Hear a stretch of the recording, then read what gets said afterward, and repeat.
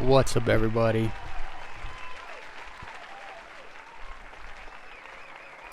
So, today, we're going to venture out to PYRO 5. We're going to do a little low flying. We're going to answer a few comments. We're going to finish our video. I was like halfway through making a low fly video. And then I worked on it a little bit more after the stream, but it's still not finished. We'll finish it today. Alright. Did I unmute my mic? Yes. We're good to go. What's up in the chat? The chat wasn't loading. Also, I'm late. Yes. We're late. We're lame and late. Because it's funny how the computer just decides, no, we need to do an update now. It's like, really? You can't wait? But it is what it is. I'm not bothered. We're gonna I wonder if they've implemented the hotfix into the live build yet. Hopefully they haven't. Else then I have to do an update while live streaming. We'll see. Actually, I should check that right now, shouldn't I?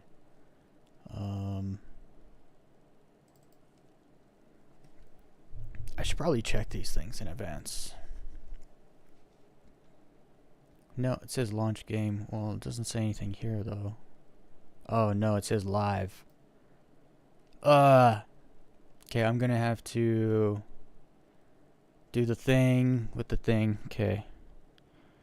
We'll do comment section first, everybody. And we'll work on the video till the update's done. But I don't have to install a new thing, so we're gonna change the thing to say from hotfix to live, and then we're just gonna verify files. It's a nice handy trick.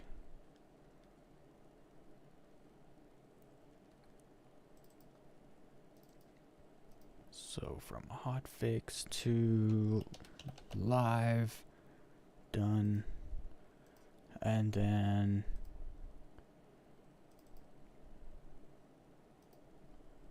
should be able to just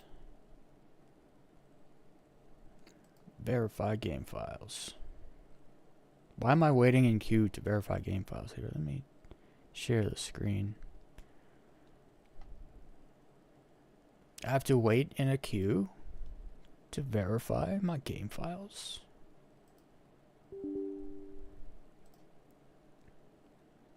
How big is it?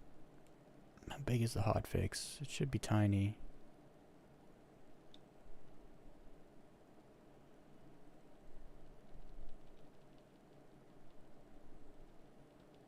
We'll see.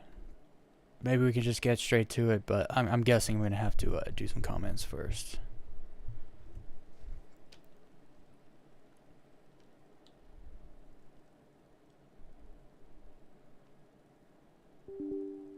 Is that it? Oh, nice. Comments go last. I kind of wish I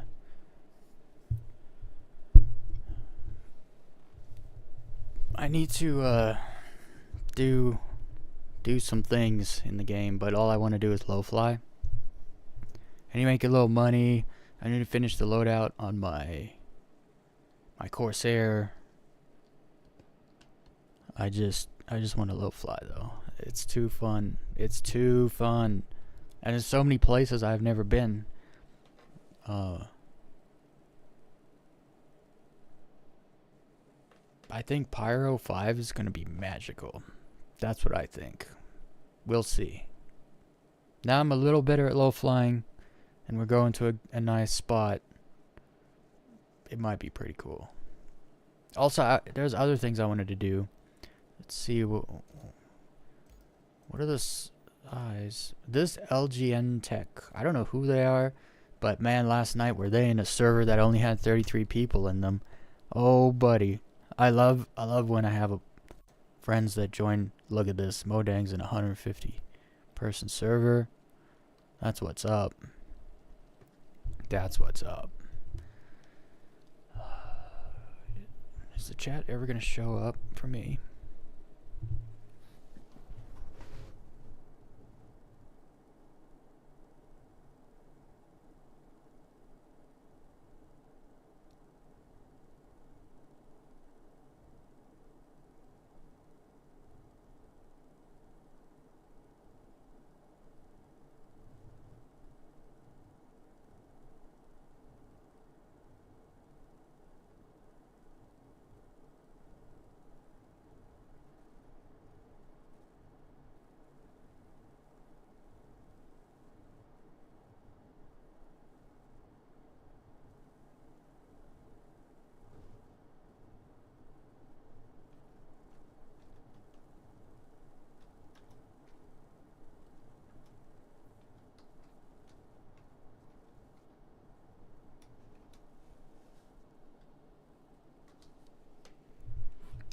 Okay. I thought the game was frozen. The wheel was not spinning. It's actually having a hard time, isn't it? I wonder what's going on. Also, so I wanted to try Vulcan. I wanted to do a whole bunch of stuff. I just didn't get to it.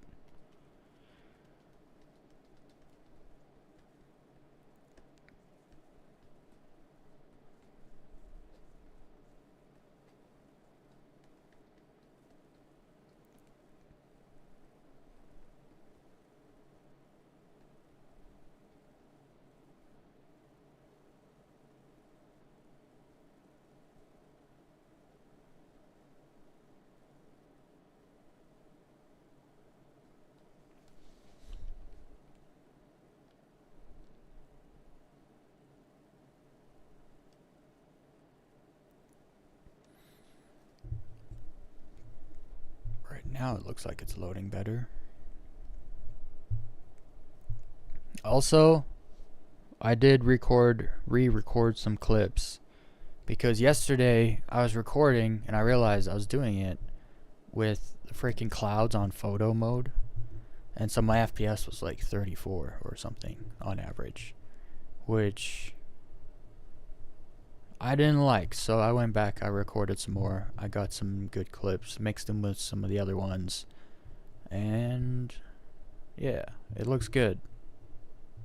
Maybe I should have brought that up first.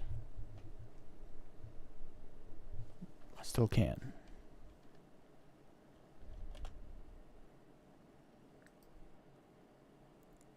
Low fly. Windows. What? Does it matter? What is all this nonsense? Oh, I'm trying to open. Typical. I'll do that later. Alright.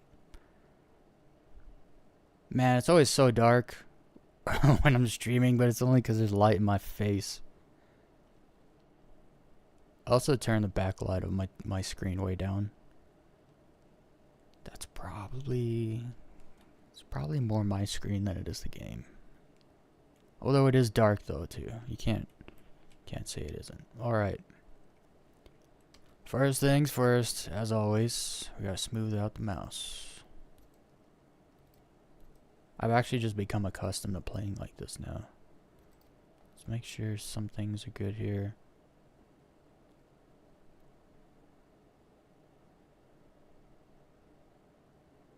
Should be good. I was thinking about turning motion blur on to see what it's like when you're going fast near the ground, but like to see if it helps with tunnel vision, if that makes any sense. Alright, here we go. We're gonna go for a little warm-up run at Bloom, and then we're gonna head over to PYRO 5.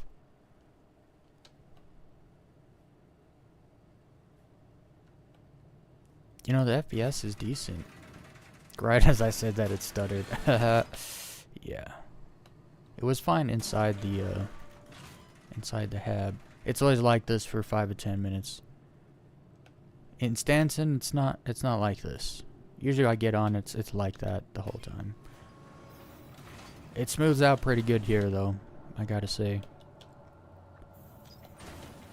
For the first 5 to 10 minutes, it's always real bad.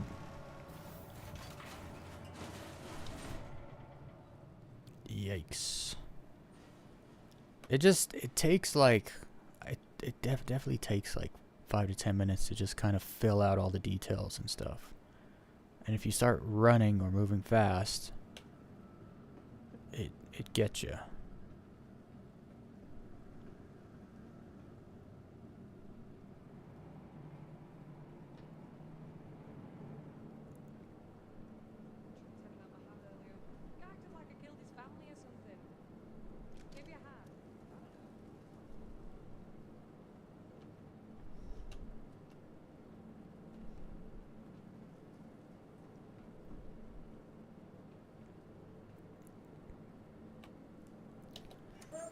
What are we gonna fly? I kind of come to the conclusion I need to stick to one thing, cause imagine playing a game But every time it's your turn, like you're playing a game with friends, like you're playing Call of Duty or something. But every time it's your turn, you get handed a different controller. You know, like this turn you're playing with the Xbox 360 controller. Okay, now this turn you're playing with the PS5 controller. Now this turn you're playing with the N64 controller. Next turn, a Sega controller. And the next turn, PS1 controller. And then it's like, it's going to be pretty, you know, you're not going to be as good, or, what's the word? You're not going to be as consistent if you're continually changing it up. And my thing is, every time I go, I get in a different ship. And I'm never used to it. And then it takes time to get used to it. And I usually die before I get used to it. So I think I'm just gonna stick in the trusty shoe for now. Your insurance claim has been sent. I'm gonna stick in the runner. Your vehicle has been moved to a storage facility. Yeah. I like its bucketness, but I also don't like its bucketness. Stand by. Just because it's visually... sometimes you just gotta guess.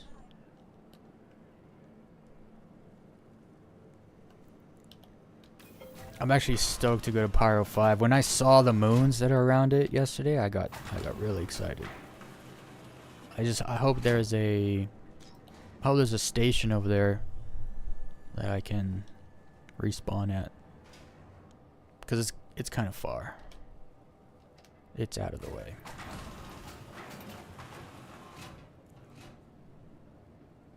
Come on, Hangar FPS. You can do it.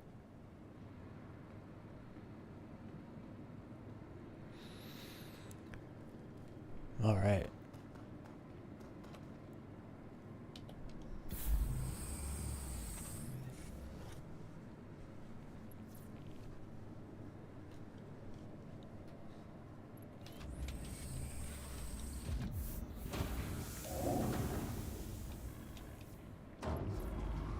I've been having a lot of fun in this thing, though. I never thought I'd be flying this ship. Ever. Not in a million years did I think I would be flying this ship. It's crazy.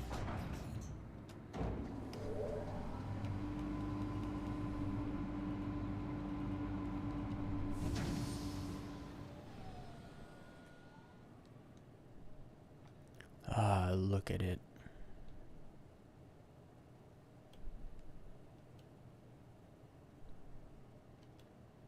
Amazing. Amazing.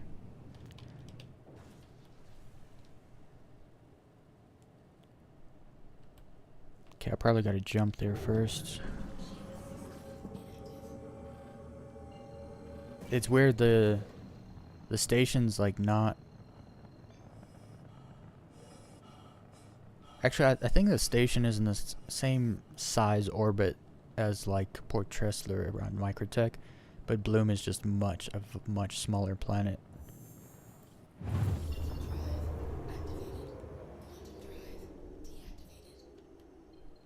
Okay, do I got any... Yeah, we're gonna go to Windfall. That place, it just works. It just works. I mean, we could go there too. Let's go there and then work our way to Windfall. How about that? We'll do that. I was watching some low flying. I was watching some Noob Gamer, whatever his name is. I was watching him doing some low flying in a live stream earlier. He is really good, but I find he has the same sentiment. It's like he says he's just not feeling the Gladius anymore, and it's like, yo, that's exactly how I was feeling last night. There's something wrong with... I think the control surfaces are changing the Gladius as they come in more and more. We're gonna go that way, so... And then other ships I would least expect to be flying like this one, I'm now flying, and it's great. It's amazing. Okay, so I gotta go decoupled. It's amazing how much I forget to decouple. And then I'm like, what's wrong? Why can't I do it? And then you decouple and it's like, oh, it wasn't me. Why does it feel like this is all just uphill? Tripping. These mountains here are looking fantastic though. Especially that one over there. Look at that one.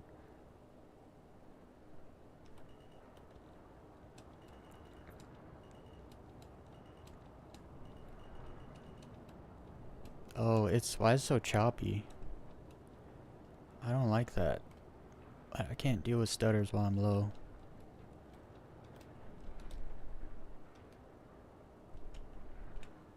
I was also last night I was making myself angry. I kept nosing down while trying to go up. So I would go like this while I was upward thrusting, and I would just end up continue, you know, going in the same direction. I was annoying myself because I'm trying to aim more with the nose than with side strafe and upward thrust or whatever. I don't like where it goes all black and then there's rocks. And you can't really... It's hard to see the rocks when everything's the same color. We need to get on the other side of these mountains. Other side, please.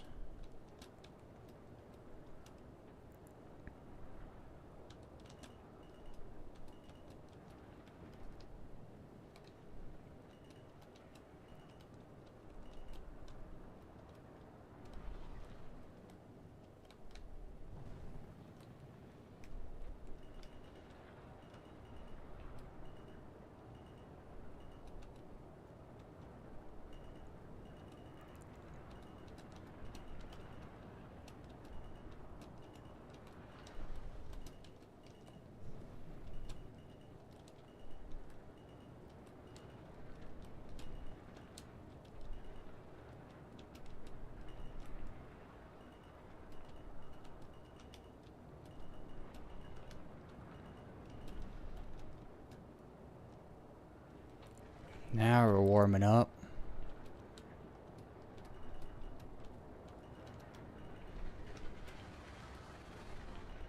These hills are great though. They really kind of roll into each other and stuff. You gotta love it.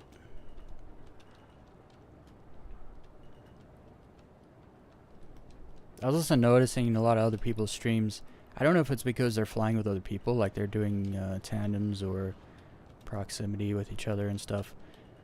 I don't know if it's because they're doing that, but they fly straight. They just go straight a lot. And I don't really know why that is. I love the big, long, low curves matching the terrain incline and decline. I love it.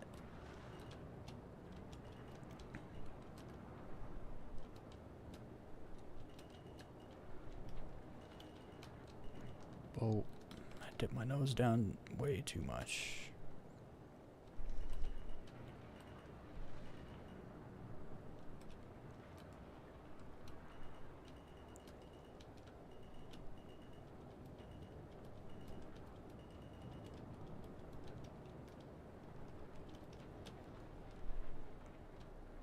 Whoa. Sometimes you get a little lost.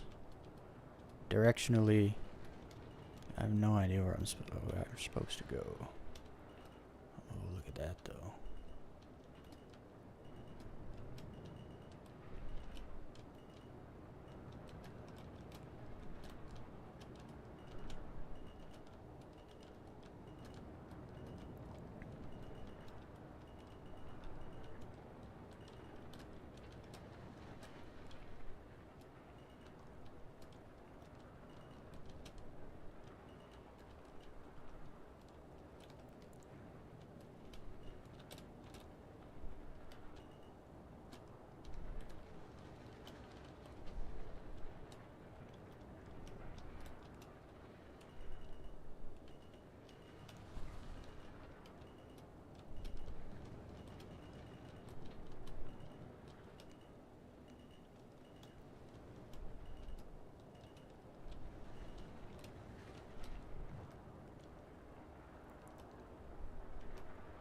Ooh, look at that.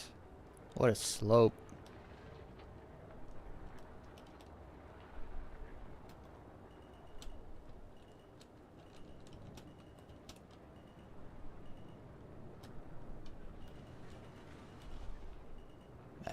I should have turned sooner. Woo! I knew it. I knew it. I could tell. That was a good warm up, though. Let's go to PYRO 5. This is the first one of the day. It was alright. It was alright. It really matters so much. The terrain. Like, if you go to the wrong place, you're gonna have a bad time. It doesn't matter if you're good or if you're in the mood or if you're in the zone. It won't be a good time. It's crazy how much it matters. It's like yesterday I went to, was it PYRO 1? And it looked amazing. And then I started low flying and realized how thick the atmosphere was. And just how much, like, things are just sticking up out of the ground everywhere and stuff. Honestly, there, it's a different kind of... It's a whole different beast. You want to actually fly like you're a jet, and you want to link a bunch of gaps together. I feel like that's what PYRO 1's all about.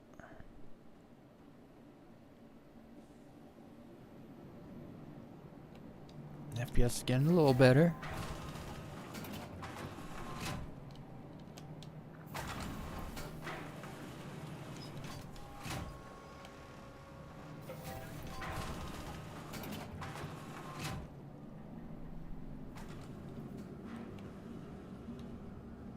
Okay. I think we can run now and not freaking whatever out. If you first get on, you start running, the game wigs out hard. Like negative FPS. But it's warmed up now. I like how from the time you jump to the time you get down here, you're kind of just floating. Because you barely touch any of the stairs. What is this? Station convenience. Oh yeah, I don't need food. We're not a low fly. It's so funny, like I bought a bunch of food with me and I don't think I'm gonna have any of it because I don't need food. When you die every half hour, you never have to eat. Okay, what are we gonna fly there in? Pisces. Sure. Take me there. Hopefully the jump range is good enough. I guess I could have picked the Corsair. I could get there, no problem. I should be able to get there in a Pisces. It's not too far, right? I can always change my mind. I gotta tell you, I love the elevators here. They're great. Rickety, rigid, rusty. They work. Okay, before we do anything, let's take a look.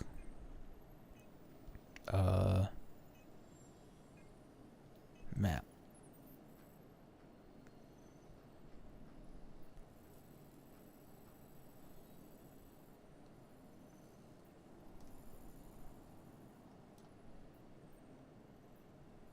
Oh, I have to go out even further. Goodness. That is a long jump. That was going to be like 50 GM. I should be able to make it. Because I can jump from Microtech to Crusader. I should be able to jump here. It's got so much around it. Look at this place. Oh, I can't wait, actually. Is this moon named Fuego? Ignis is going to look great. If you're low flying on Ignis, you're going to have this giant planet in the background. Oh boy. So, yeah, there's 6 moons, and then a planet orbiting. Incredible. This place is, I can't wait to get here. But I need a station, right? That's what I'm looking for. Is there no station out here?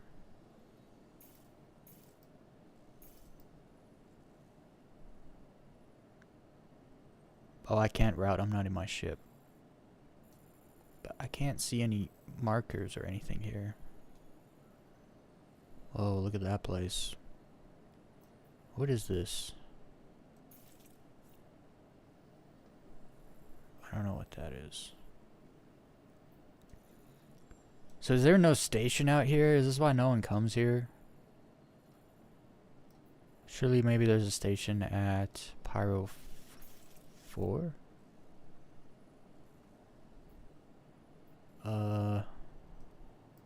Doesn't look like it.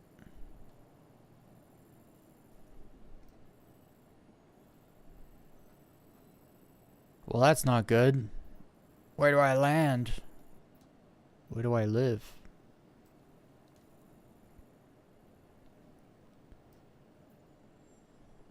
Are there places in these clusters I can land? Do any of these moons have a station? Like, why is there nowhere to land here? Let's go over there and see what's up.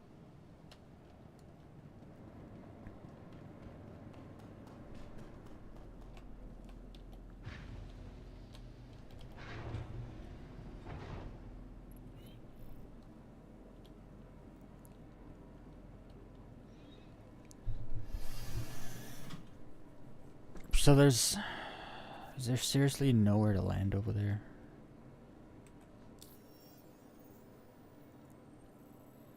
So we got obituary over here. You got checkmate over here. What is this? A fuel, this is probably doesn't have a medical facility. What about this place? Does this place even have? I might have to go to checkmate, which is, yeah, this place has ruined station. Ruined station, obituary, and checkmate. Is that it? I can't. Is this a station? End game? Looks like a station. Rough and ready. Jurisdiction. I don't have any rep with anybody here, so I'm guessing I can't use that station. Oh boy, what are we gonna do? How close is checkmate? It's not really that close actually. How far is, hold on. What is this? Is this a station? Gaslight. Also rough and ready. Looks like I'm gonna have to get friendly with the rough and readies so I can use the station here.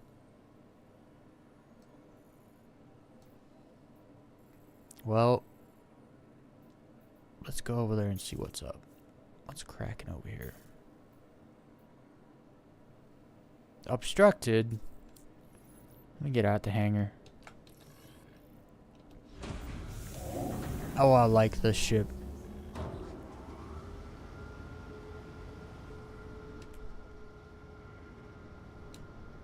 The ship reminds me of the puddle jumpers in Stargate Atlantis.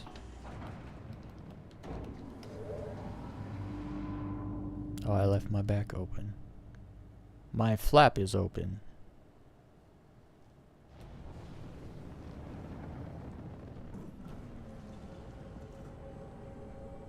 Looks like it's pulling a tongue out.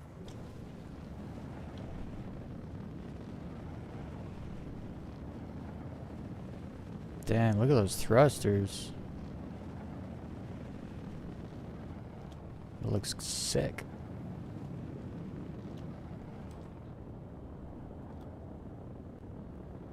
Okay.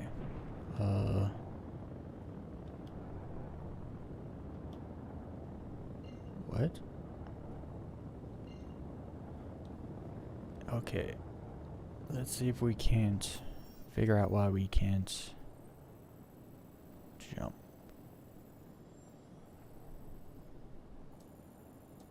It's not obstructed.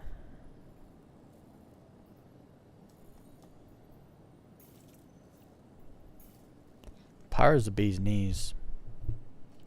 Seriously, this place is amazing.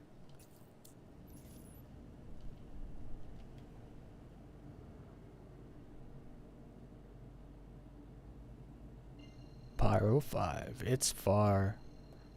There's 0 chance that I'm jumping for like, that's probably like 7 minutes. There's 0 chance I'm jumping for 7 minutes every time I die. Just to get back here, just so I can low fly here. I gotta figure out how to land at that other place. I'll go there, see if they shoot me. If they shoot me, I'm gonna have to get rep with the rough and readies. Join the gang.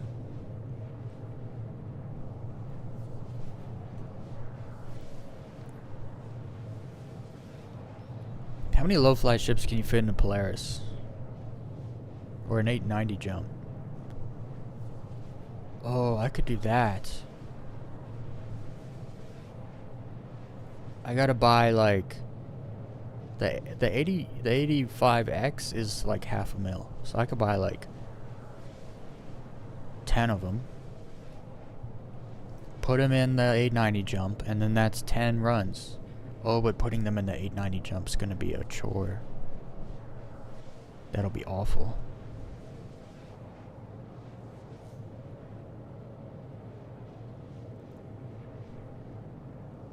But that would be what's up. Like that would, you're not gonna put 10 of them in an 890 jump. That's a little ridiculous. You put one in the cargo bay, maybe 2, and then like 5 in the hangar. That's fine. We don't usually go low flying more than like, I don't know. You go out, you do it, you die. You go out, you do it, you die. You do that like maybe like 4 or 5 times.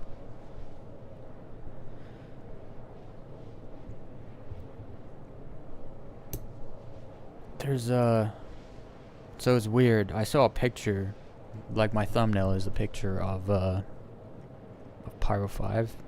I had no idea it actually looked like that. When you look at it in the map, it does not look how the picture looked. So we're going here to see for ourselves. Let's see what's up.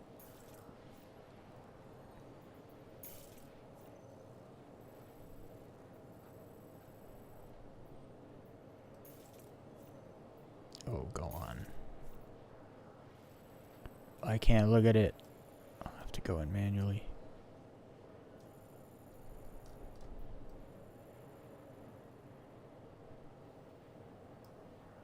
So this is what it looks like in the system map, but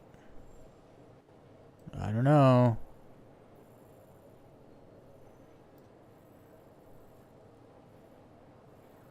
Maybe the picture was of Pyro 4? Hold up, I might have made a mistake. Show me Pyro 4.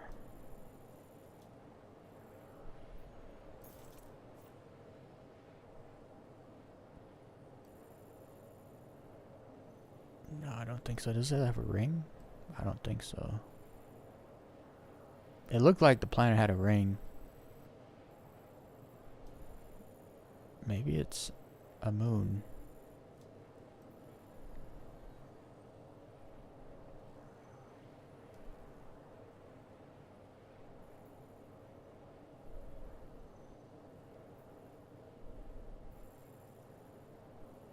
Low flying in Ignis is going to be dope because you're going to be able to see Pyro 5 because it's close. It's quite close. It's not like Daymar. It'll be like Daymar and Crusader, but Crusader is not that close. It's just so big. Actually, I wonder how big Pyro 5 is. We should be almost there. Yeah. You can see all the planetary bodies coming into focus.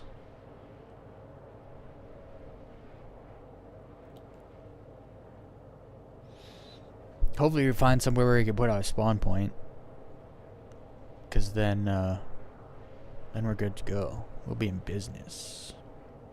I wonder where's the best place to do missions. Pyro 5, Terminus, Bloom.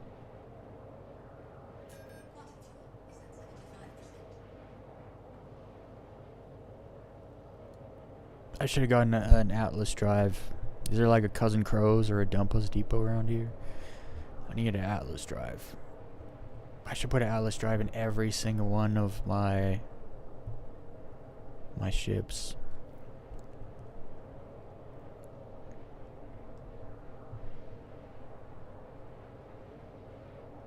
Oh, it's got like kind of a cloud around it. Look at, we're flying into a bit of a Lagrange point.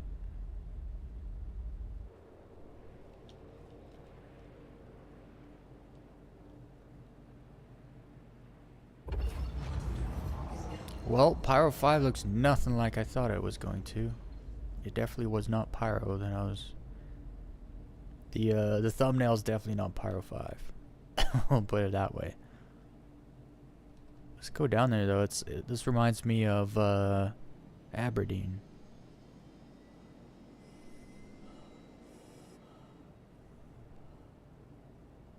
Look at it. Weird.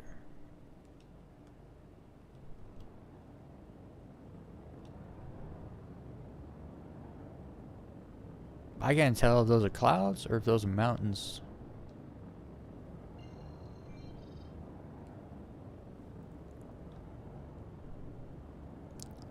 Clouds. Is this a gas giant? It must be, right? Because I'm just noticing there's not really there's no markers. All these markers. Oh, I'm burning up.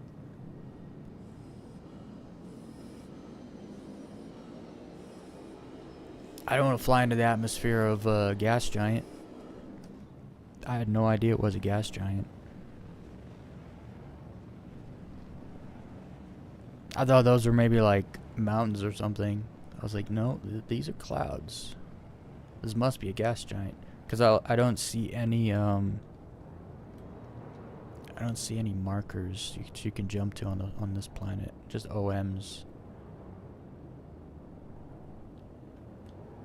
Let's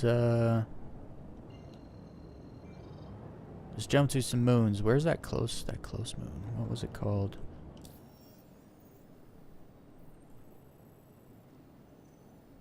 Ignis. Let's go there first.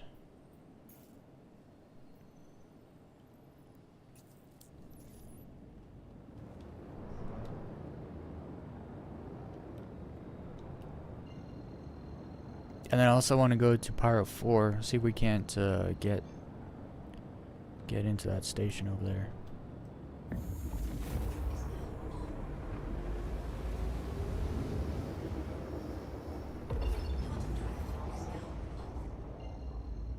Ignis.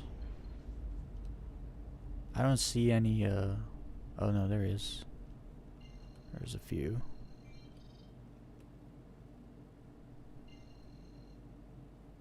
Those will be on the other side though. There's nothing on this side that I can jump to.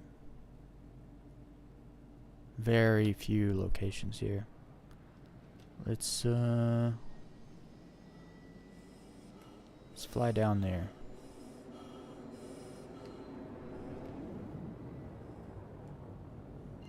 Can I jump there? Won't I hit it?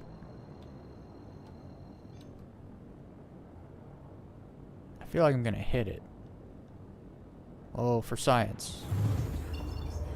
Is this a gas giant also? Is there something I'm missing here? I don't think it's a gas giant. No. That is the ground.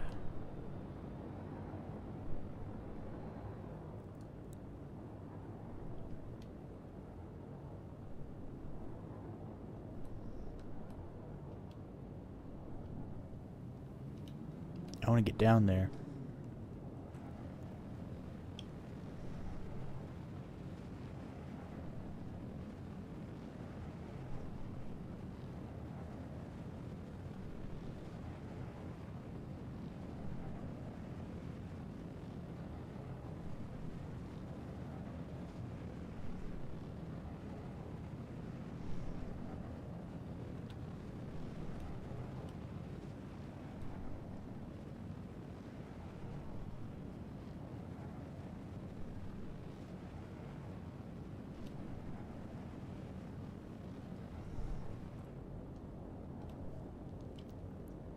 Try get it so the plant's in the background. I probably have to jump more, like, I probably have to go more over this way. Is there, where those markers go? I hate when you jump to an OM and the markers for the planet or moon you're at disappear. Just freaking poof, gone.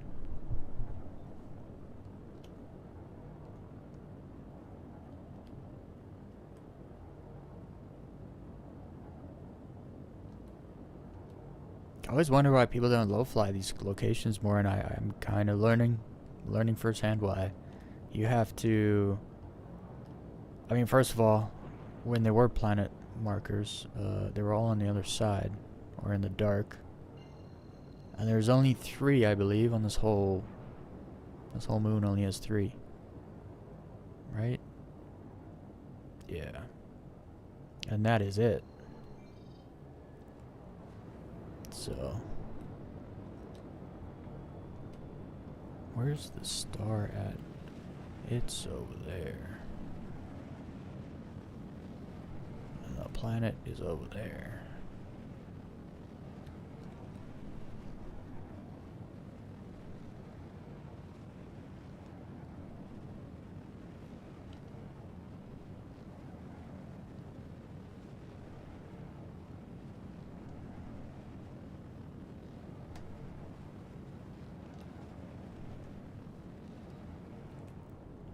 Let's just do this.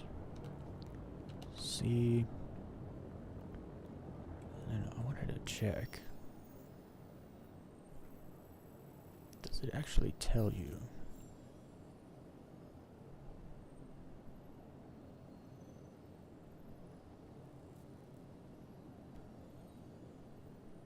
Is it not a gas giant? I swear I was like, this is a gas giant. Shades of green and yellow, but it doesn't mention that it's the biggest planet, so I'm figuring it's a gas giant, but it's swirled with shades of green and yellow. It does not say it's a gas giant. Why? Maybe it isn't. This moon has a thick atmosphere.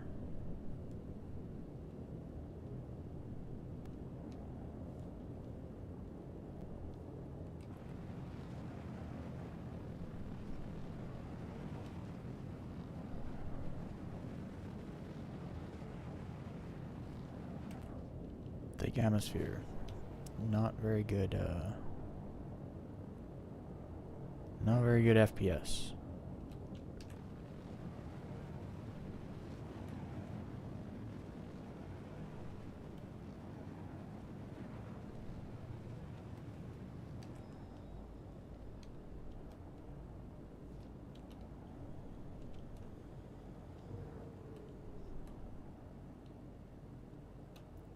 There's a very thick atmosphere here, actually.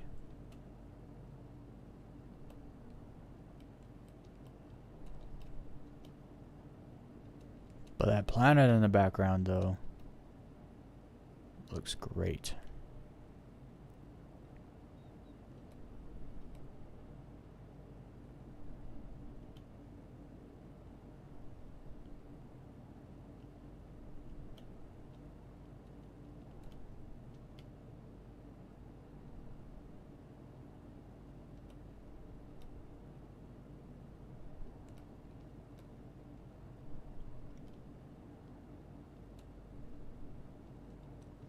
Definitely a moon atmosphere. As thick as the atmosphere looks, it's thin. Because I'm going 584 in nav mode, whereas in full atmosphere I'm going below 300.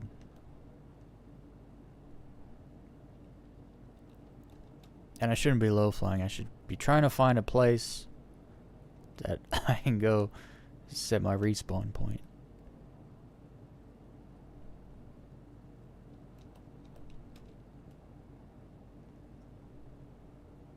But you know, it is what it is. We're gonna low fly anyway. Hopefully we don't die, because then we gotta fly back out here.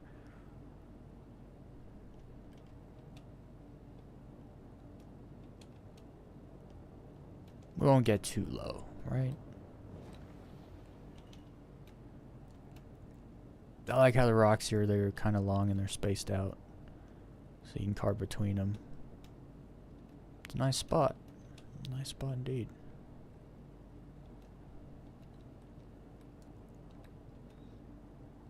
We should go to Pyro 4 though.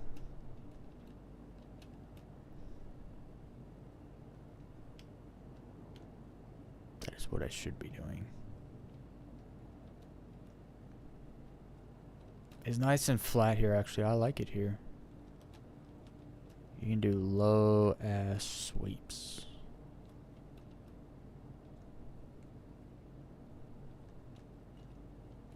I think I like the Pisces more than the freaking the 100i at this point. Dang.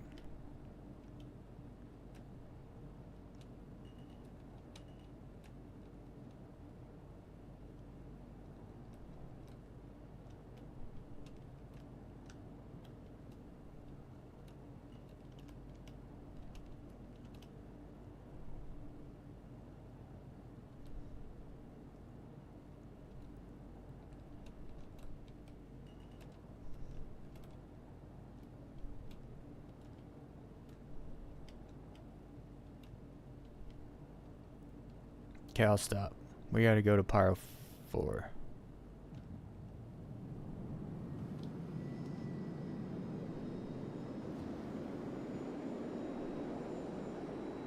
It's awesome how the sky just gets darker and darker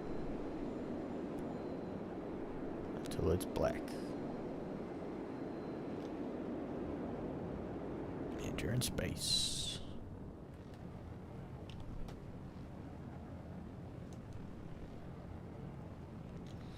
Alright.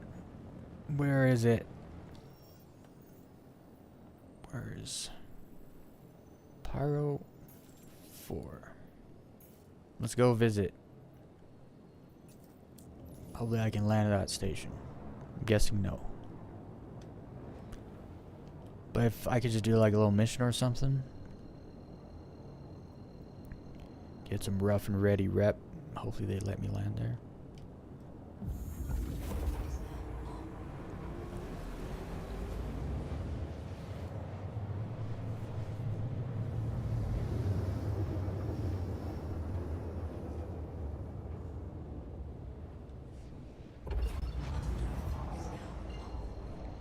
Oh, Pyro 4 is in the thumbnail, right? Must be. Looks like it. It had a ring in the thumbnail. I don't know where that picture comes from. Okay, I need to... I want to go down there, low fly, but I gotta focus. I gotta find a place where I can actually respawn out here. And I can't find one.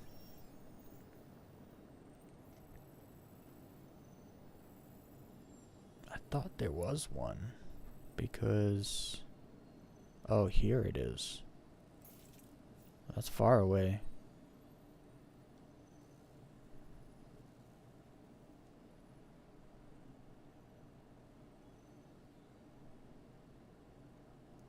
Looks like I can stop there.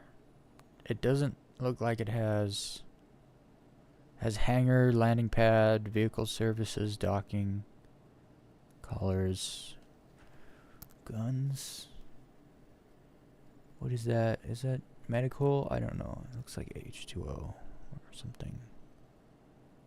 I don't know. Let's go over there. See if we can't get a respawn location. I'm hoping we can. Because I don't want to fly 50 GM every time I want to come here. But I can do 3.9 GM, 4 GM to Power 5 and its moons.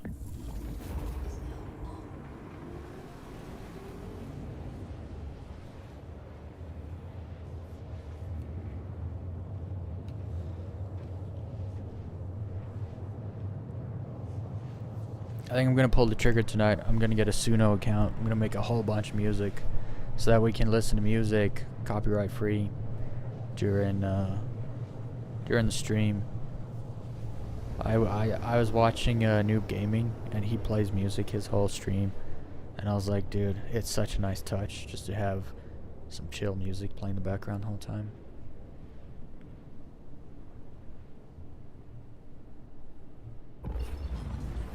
Alright, let's go there. Let's hope they don't kill me. Don't shoot me. I'm here to join the gang, guys. Let me in. Dude, this place is amazing. Amazing! Look at this place. You kidding me? Look at this place.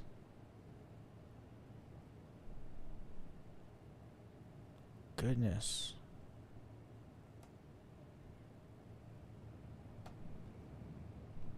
This is the spot. Holy moly. Gosh. This is wild how beautiful this game is.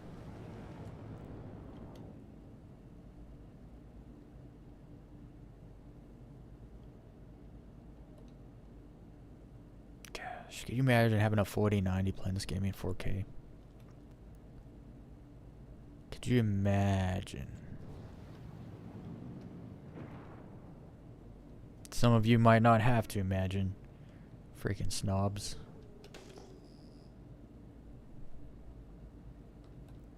Well, I'm not dead yet, so I think they let me land. All the turrets are white, right? Let me in. Knock, knock. Yeah, knock, knock. Let me in.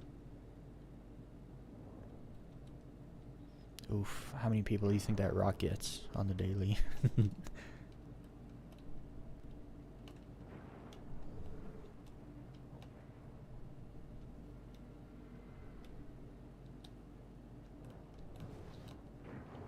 I gotta say, I like this station. I'm about to find out how much copy and paste is here, because I haven't really been to other stations here.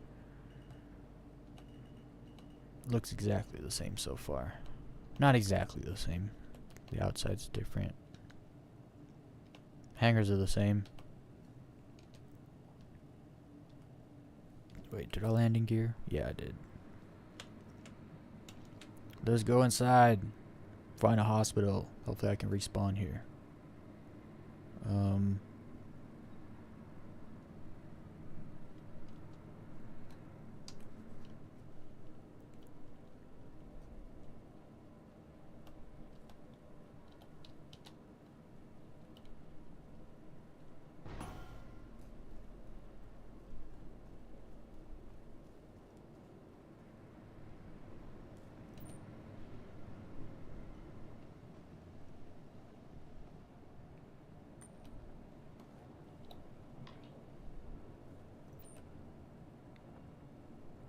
Though the door's different.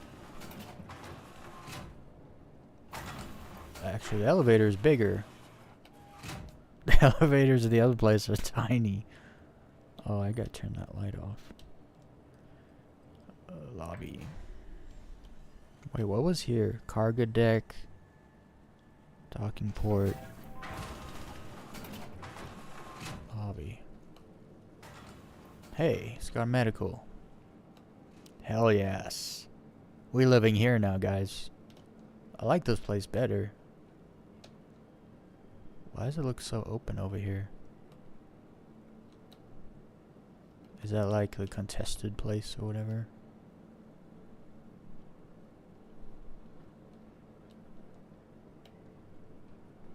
I feel like it's all contested. Rough and ready. Well, alright then. Where's the clinic? This way.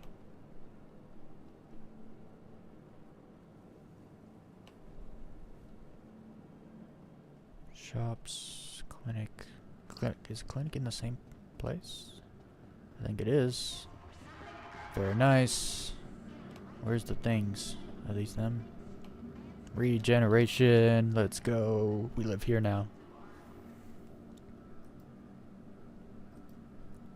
Now we go to Pyro 4. Let's go fly. Wait, did I do it?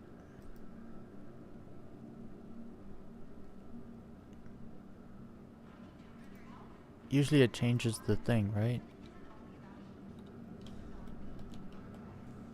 Or am I wrong? No, that's reset. Current location, Gaslight Clinic. Let's go. That's what I like to see.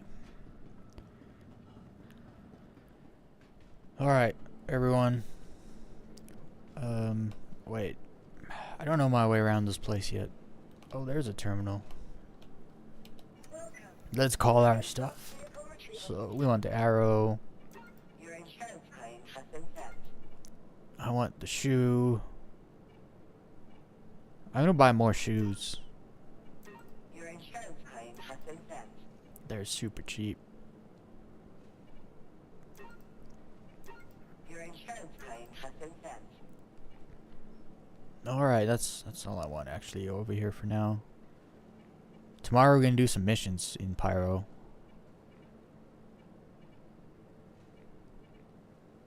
I'm gonna try to make some money in this God forbidden place.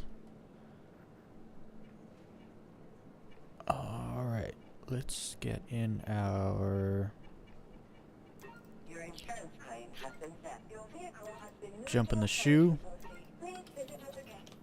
Oh wait, I didn't call it, I just expedited it, right? ASOS vehicle retrieval system. The amount of times I do that, guys, the amount of time I call a ship and then run to go to the hangar, but I didn't call the ship. Is this no, it's not the hangars. This is them, right? I gotta say it's cleaner here. I don't think you believe me, but it's cleaner here than it is at the other station. Obituary is dead. It's a little cleaner here, a little fresher. I feel like there's more frame rate here too, because there's just less dirt detail.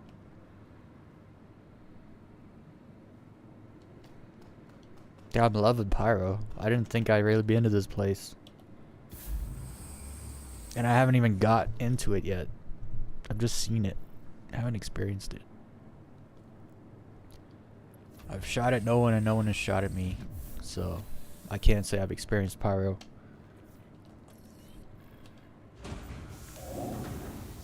Dude, I even like this whole ship is a freaking shoe, man. Like, I feel like I'm sitting in like I'm looking at the inside of the tongue of the shoe. I feel like I'm sitting in a shoe. If you look at the outside, it freaking looks like a shoe. The bottom looks quite literally like a sole of like a runner, like a running shoe. Look.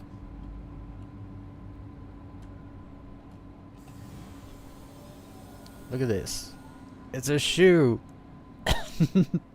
It's a shoe. Let's go fly it.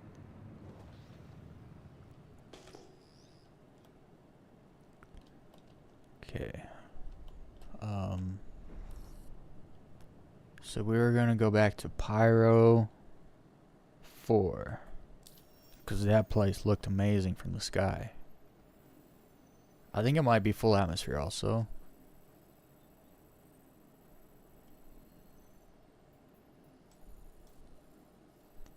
I just don't hope. I hope its atmosphere is not as thick as PYRO 1. Because holy moly, I was going under 200 in nav mode. What is going on here? There we go. See, I don't mind jumping the short.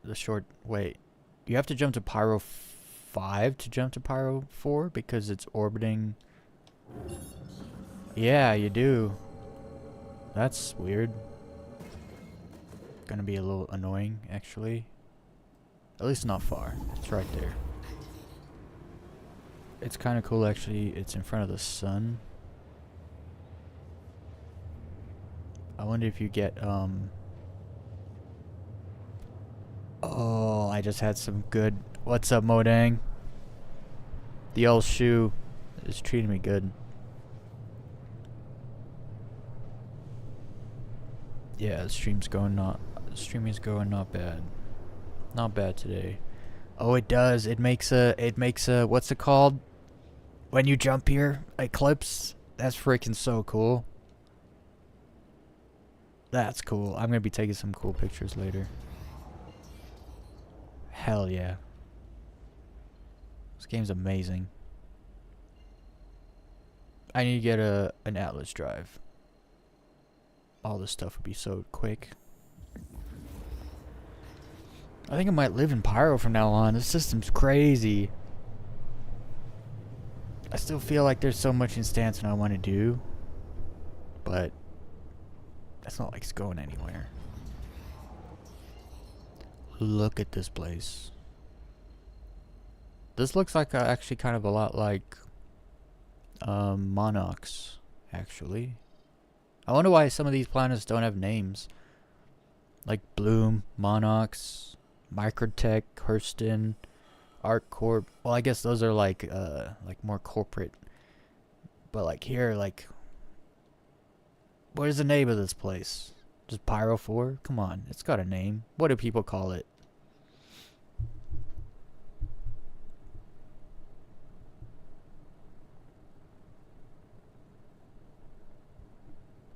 It's crazy how much of a vibe change it is. It's like it's crazy how much I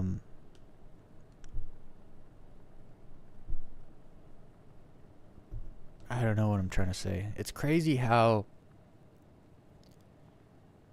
it's not just a different vibe. Like it's you feel like you're somewhere else, you know?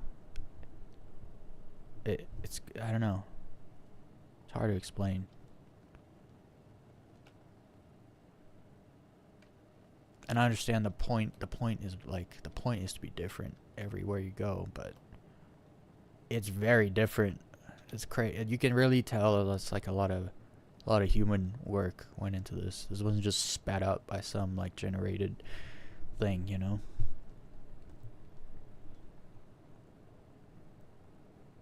It's great though. Let's see. I'm realizing there's some places I could just jump to here. So let's jump here. I always want to find a good spot to jump to, so you don't have to like fly around, or you want a good spot, but I gotta go find the good spots. But to do that, you gotta jump to all the places. There's not many. It's good that they're on opposite sides, so when one side is lit up, the other side is dark. You have options. I think those are on the opposite side, and these are right here. Or no, they're probably just over the... It's hard to tell how big a planet is. You kind of learn as you play around it how big it is. I guess it doesn't matter which one of these we jump to. They're all kind of by each other. Look at the shoe.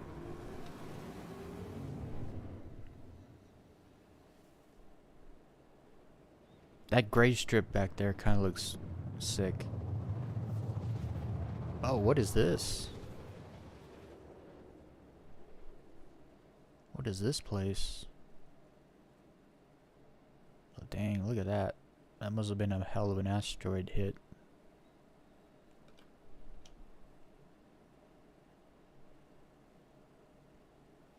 This place has a weird this planet has a weird shape. You know what I mean? Like, it's like a big canyon.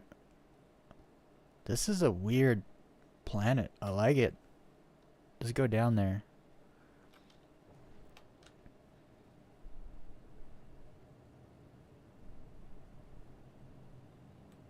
I like the contour of the mountains. Like, oh, the mountains have ridges. Like, they got the ridges going. There's like flat plain. Oh, dude, this might be the spot. Let's get down there and see what it's like.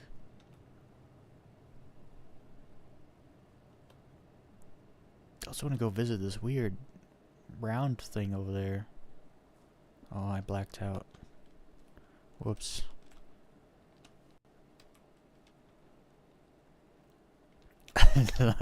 We just got here, almost died. Why is there a turret there? Oh.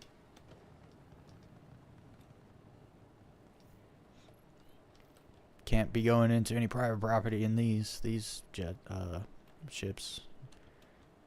They will get killed so fast. Okay, so what's the gravity like here? What am I dealing with? We're on 400 in atmosphere, so this is more moon-like.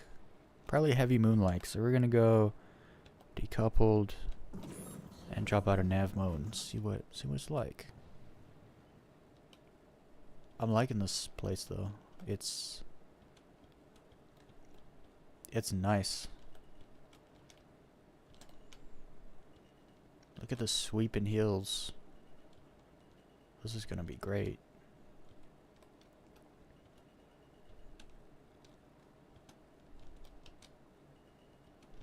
Look at this. It's super flat.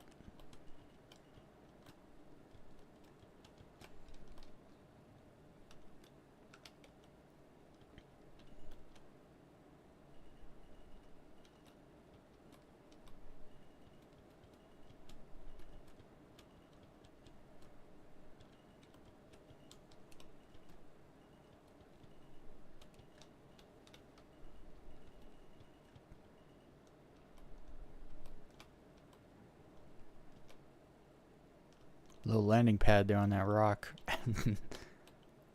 You see what I mean? Like, it's so angled. Everything is like cookie cutter. I freaking love it. I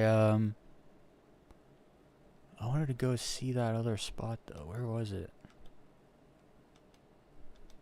The clouds are super low. Very low. Holy moly. They're crawling across the ground.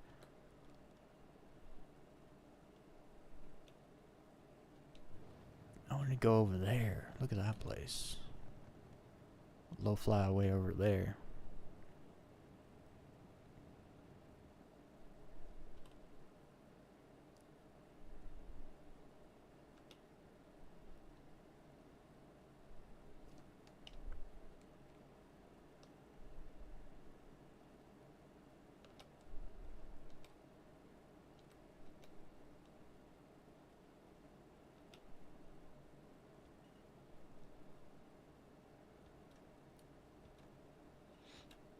It's crazy how slow.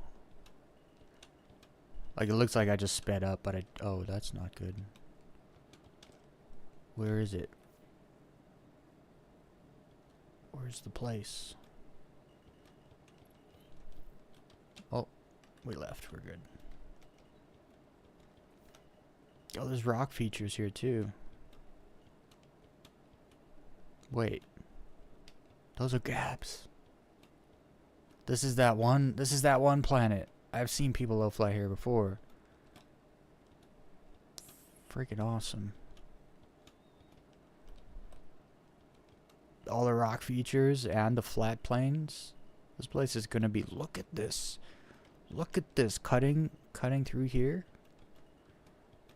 This place is what? Like low fly and gaps. Because they stick off the side of the mountain right where you would be low flying. Like, I've messed that up, but this is the place. This is the place. This is the place for the next video, guys. I just got very excited. Very, very excited. And it's easy to find that place because this is a big hole, right? It was like a big round, like asteroid freaking, what's it called? Crater. That place makes me happy. I want to show you guys my video too. I'm not going to stream for as long as I did. I got some stuff I got to do before I go to bed tonight. I'll stream for another 2 hours though. Cuz I want to do things. We'll low fly for another hour and then go do some video editing and some comment section. I got another 16 comments today. It just never ends. I feel really bad for the Elite Dangerous fanboys. This kind of at this point, it's like I'm trying to convince them to come play. Like you don't have to stop playing Elite. Just come play Star Citizen. Give it a proper chance. I know you'll love it. And you just gotta, it's great to play both, actually, because when Star Citizen isn't working, like right after an update or something, you can go play Elite. All is good in the world. Right? Oh, this place is by Jam. I want to stay in that ship just because I want to get used to, it. But this is why I want to buy 2. They were so cheap, and I have enough money to buy 3 right now. That's how cheap these ships are. And I have no money. And the claim time is instant. Maybe I don't even need to buy more than one. If it's $500 for a claim time, I can claim it 1,000 times. And it'll be the same price as buying 2. As buying another one. So Dalton Price. Yeah, Hurston is Stanton 1. Yeah, but they don't call it Stanton 1, right? They call it Hurston. But in Pyro, it's Pyro 1, Bloom, the other one, I always forget what it's called. I gotta remember. Starts with an M. I know it does. You know what I mean. And then it's Pyro, and then it's Pyro 5, Pyro 4, and then Terminus. It's like, why don't we call Terminus Pyro 6? Right? Like, what is it called? What is Pyro 5's name and Pyro 4's name? What do people call it? Or do people just call it 4 and 5? Right? Like, we call it Earth. We don't call it Sol 3. I hope I got that right. I'm supposed to know these things.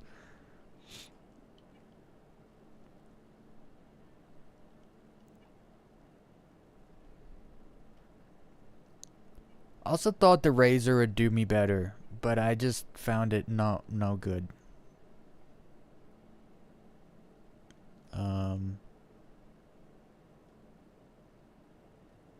Oh, it's in the pad. On the pad. Where's the pad? This way. It does kind of bother me that every time you die, it turns the freaking chat back on. Like, I can turn it on whenever I like and read it. You don't have to automatically turn it back on. Did you go? Uh-oh. Is the elevator broken? I think it is. No, there it goes. There's a bit of server lag.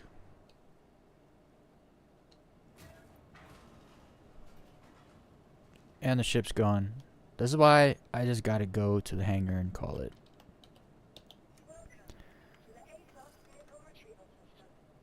Because did they store it? Yeah. I might have...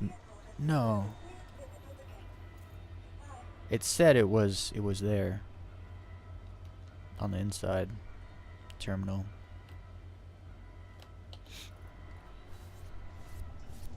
I just have my backpack and everything that I bought. The food I bought over at Obituary, but I don't need food. I might need food tomorrow, because I'll be doing like missions and stuff in Pyro. I want to make a little extra money so I can buy a Buccaneer. Because I have a feeling the Buccaneer is a pretty cool low flying ship. It just has that. I don't know. I don't see anyone ever flying it though. Ah, there's the shoe.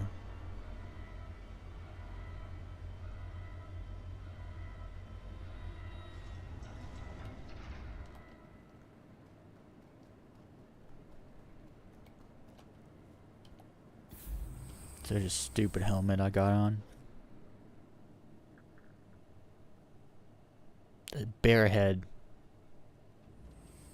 Acid bear head with a rat tail.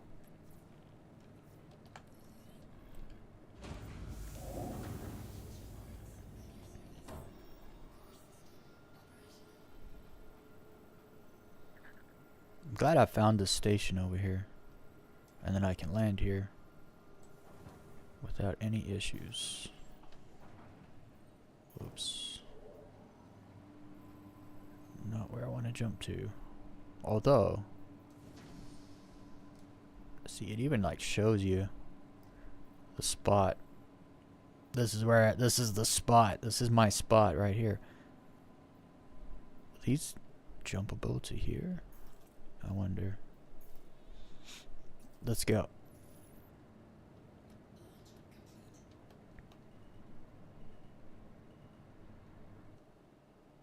Oh, landing gear.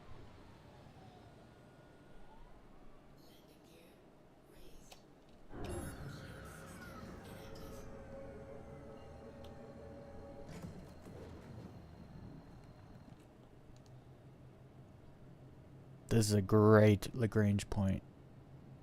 You can even see the planet. You can see the dot.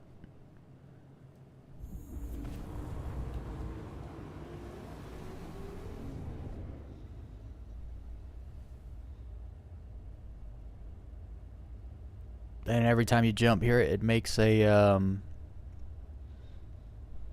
yeah, I'm a Drake fanboy. Well, I actually no.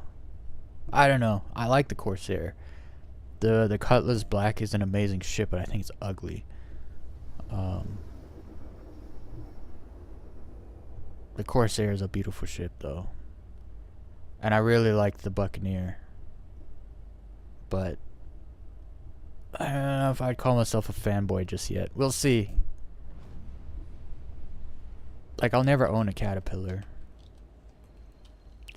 Just because the C2 is better, and I think that I like Crusader ships more than Drake. I'm trying to think of, like, what other Drake ships do I like? I've used the crap out of the Vulture. I can't say I don't like it. It doesn't look bad either. Very industrious. I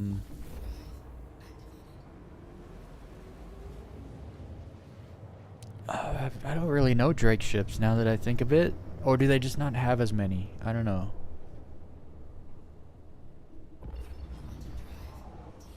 Is that big ship Drake? You know the one I'm talking about? The, it's like flat, kind of.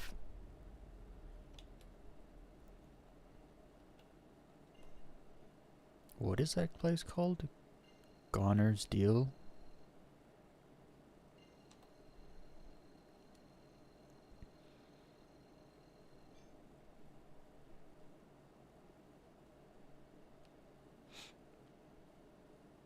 Yeah, that might be true. The Buccaneer has super Star Wars vibes to it. Like the big chunky engines and like the little thing with the stubby wings. It's just, I don't know. It's a sick ship. I haven't had the Buccaneer in a long time.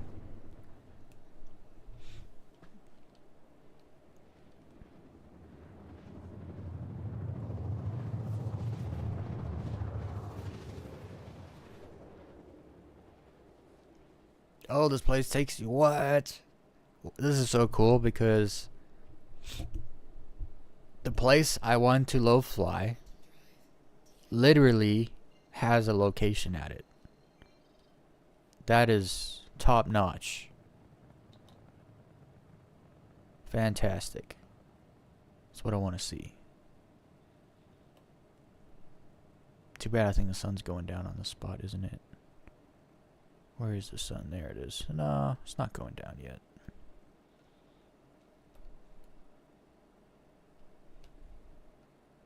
It's crazy how low the clouds are on this place.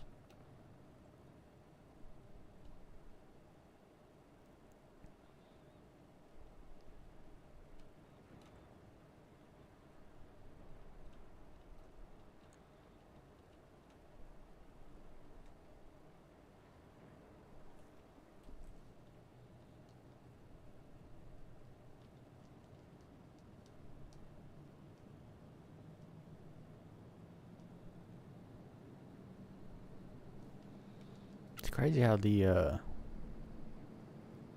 when you boost the lens of whatever camera, it's not a camera.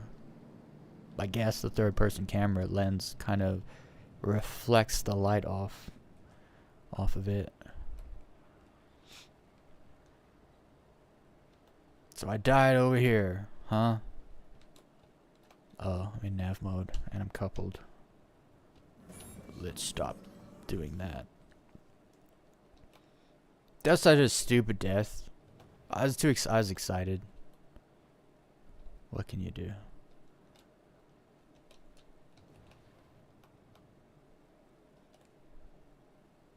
Dude, the way you could like thread stuff here is also kind of crazy.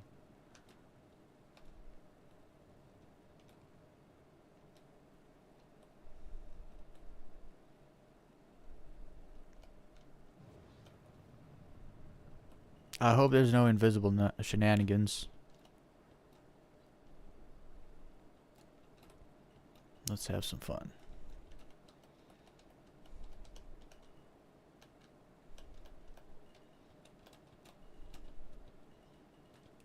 Oh, it's okay. This is a little different. I'm used to. The gaps are just everywhere.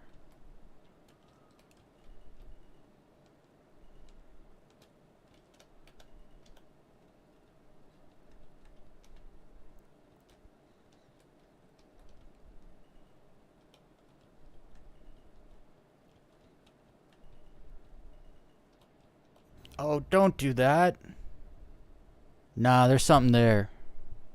There must be something there. I'm gonna have to remember not to touch that gap.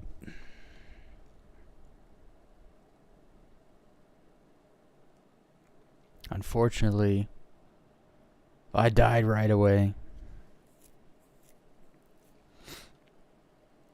Okay, I'm gonna ignore that gap completely. I don't know if there's an invisible wall. I've kind of been running into... Because, I mean, we can go back there and, like, go very slowly and see if there's anything there, but I don't know. The first time I died, I hit the ground, though. That second time, I don't know.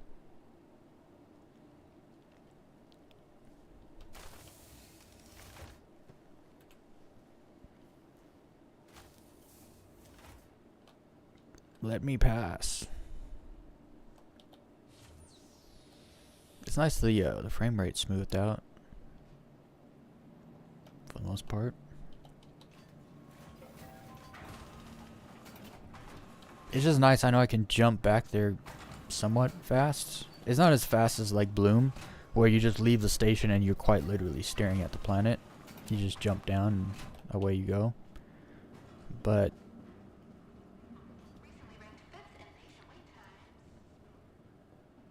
I can get back pretty quick.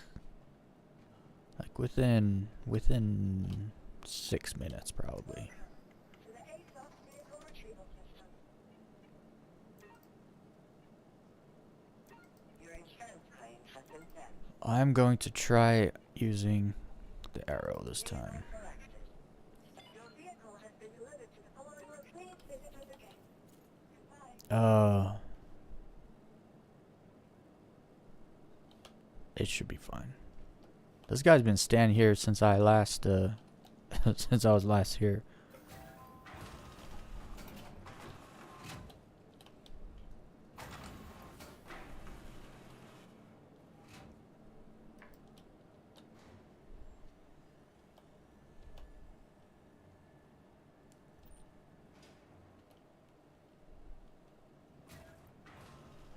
Arrow. Nope. So it's doing this every time. I gotta make sure I just go to the hangar. Because it sucks having to wait for the pad to lower, the doors to close, and then they spawn the ship, and then the doors have to open, and then you have to wait for the pad to come up again.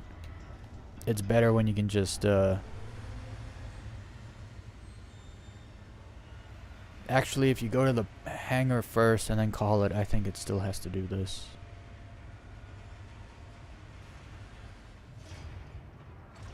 It's kind of annoying.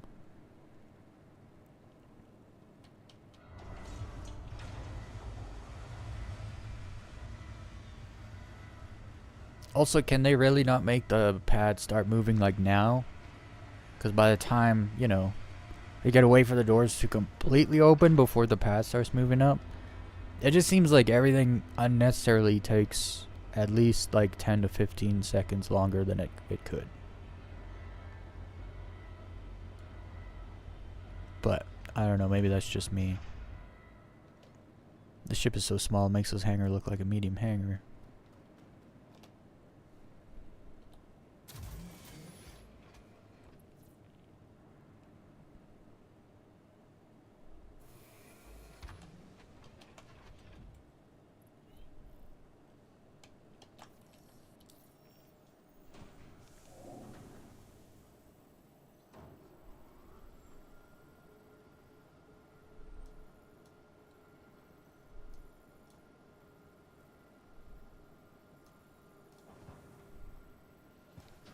I hate when it does that.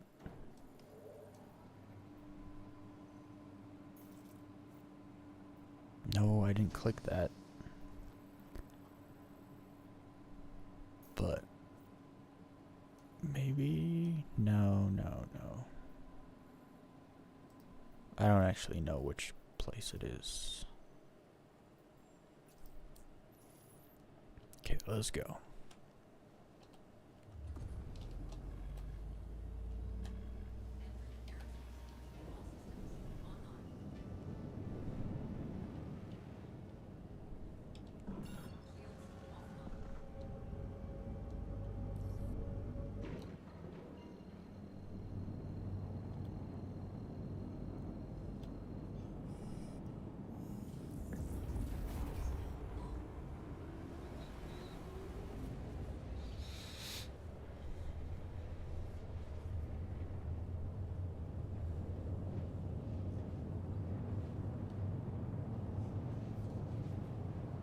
I'm getting some dropped frames here.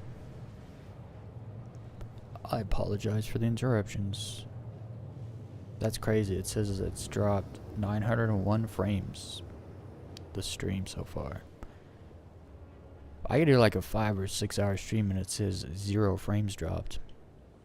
Actually, it happens all the time, except now. I'll keep an eye on that.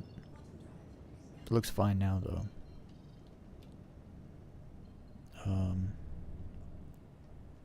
Hop and a skip.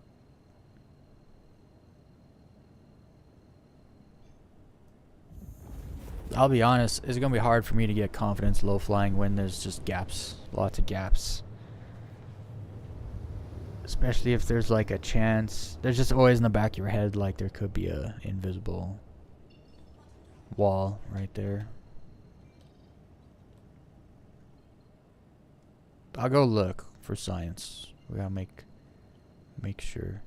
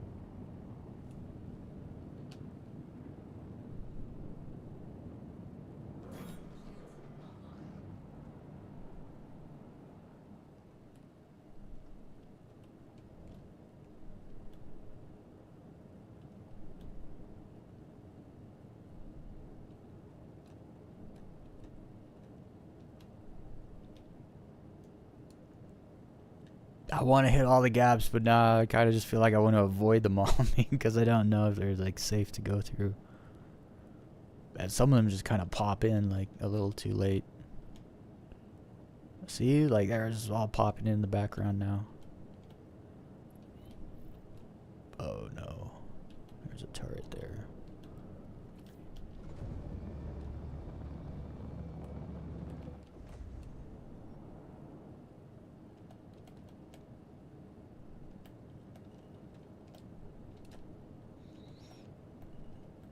Gotta go around this hostile territory. There we go.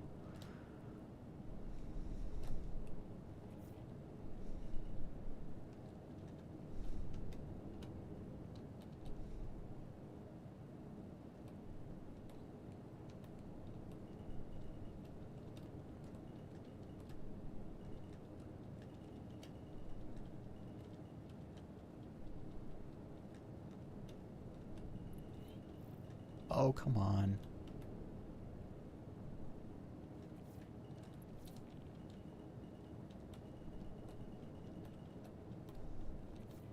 I'm not used to the arrow. It's a little more rigid than the other ships.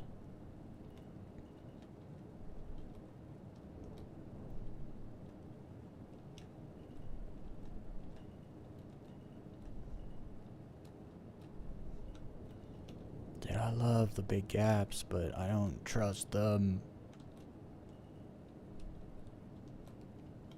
I want to fly through you. But you might fly through me instead.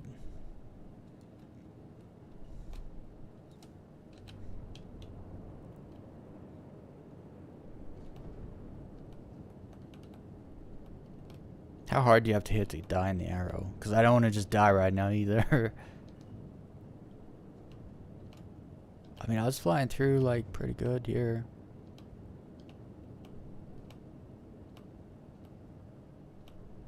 I'm scared.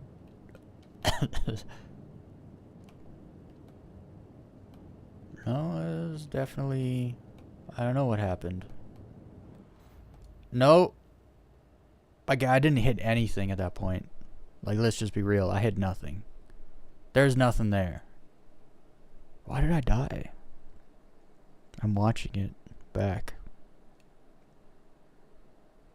I was going 40.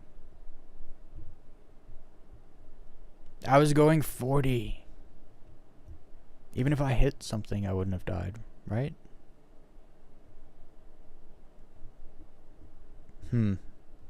Well, at least now we know. Don't go through that gap. So now I'm crushing every other gap. Every other gap is now in question. Which kind of ruins it. We're just gonna have to die a lot.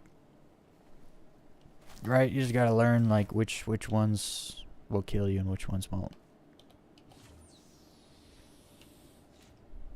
We can do that. It just takes some patience.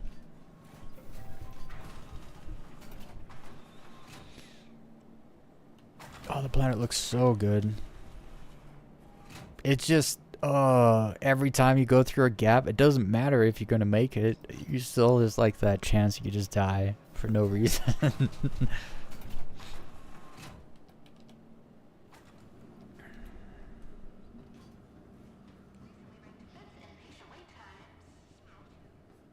I'm definitely getting back in the shoe though.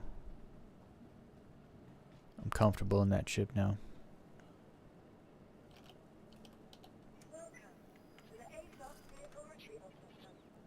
And I still feel like I have not done it. Well, no, I did. I did a decent little run on Bloom to practice, to warm up. But I still haven't done no low flying. Why is this guy standing here? What are you doing? You have been standing here doing nothing for like half an hour. Stupid.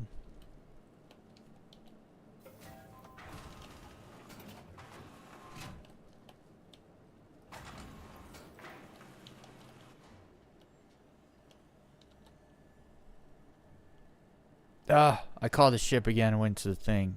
Let me guess. It's gonna be stored? No. Hell yeah. It worked. We don't have to wait. I don't like waiting for the ship to come up. I just want to low fly.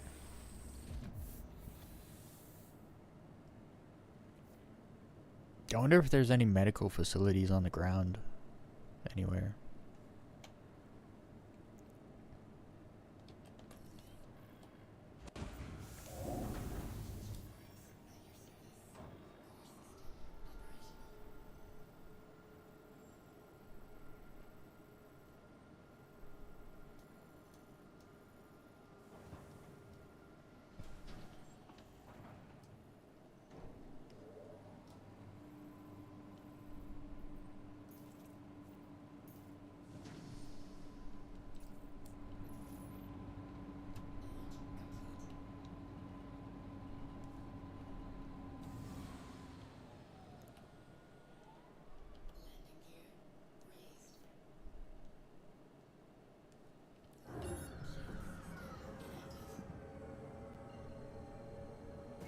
I do appreciate seeing the eclipse every time I jump here, though.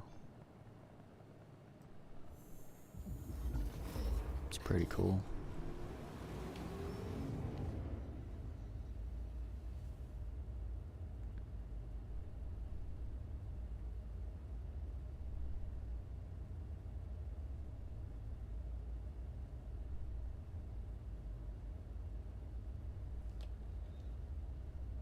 Actually, it's picture time. Picture time. I think I dropped out too soon. Look at that. It doesn't look good because I dropped out too late, actually. I wanted to see more of this star around the planet, but it looks cool. Oh, look at that. It looks so cool with like the sky too. The background sky. This place is great.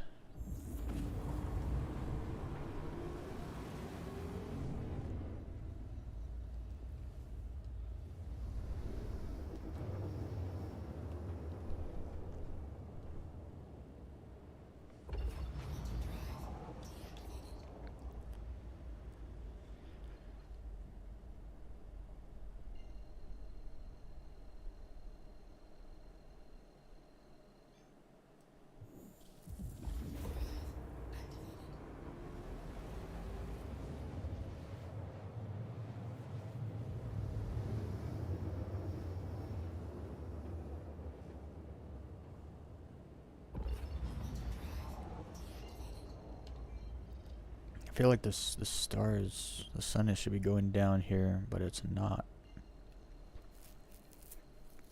You know what? Something else is going on here, because now that I'm thinking about it, I was past the gap when I died. Like I was through it already. So there's something else going on there.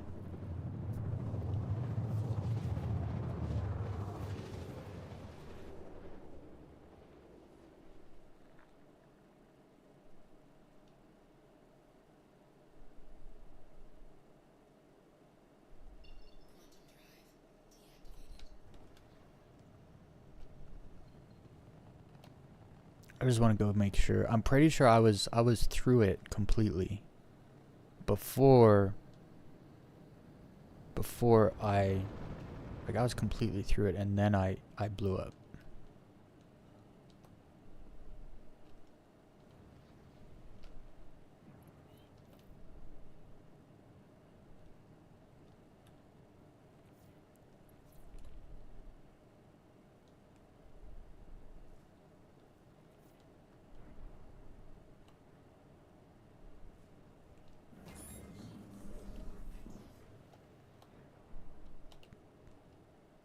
See, look.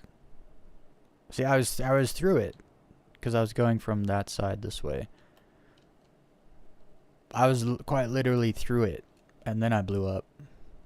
Something else is going on here. And then my body just fell out of the air. Yeah, let's go this way. Let's go this way.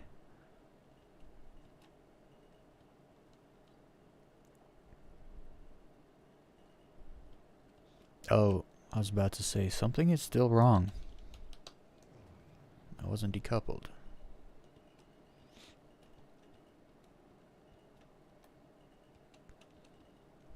We'll catch the gaps on the other side.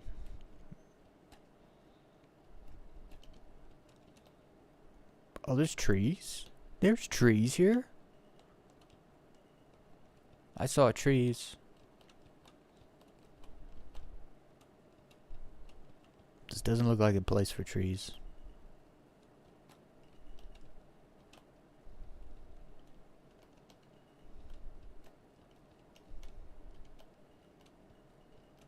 No, I'm not going through that gap. You would have to pay me money.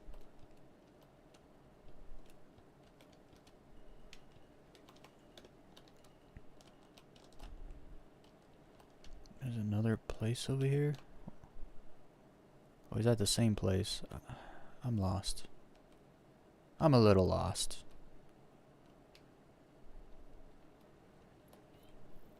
Yeah. Wait. There's a turret there. And one over there. What is this? Hostile territory. Get out of here with your hostileness.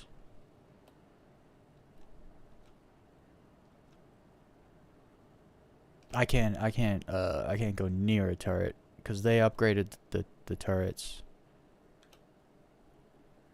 And they shoot you down like real fast.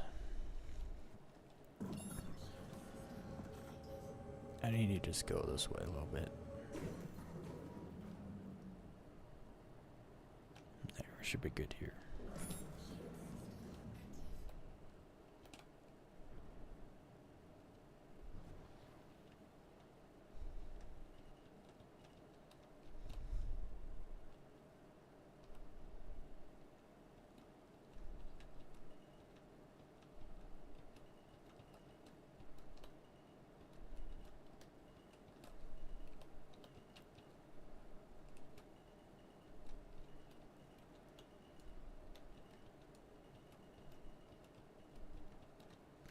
There's no grass and there's no rocks. I don't really know when I'm getting too close.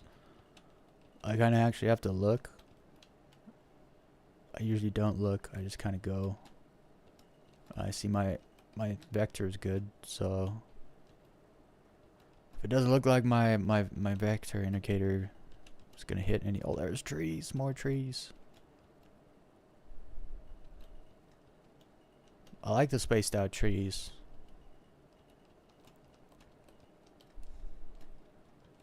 Nose up. Make it.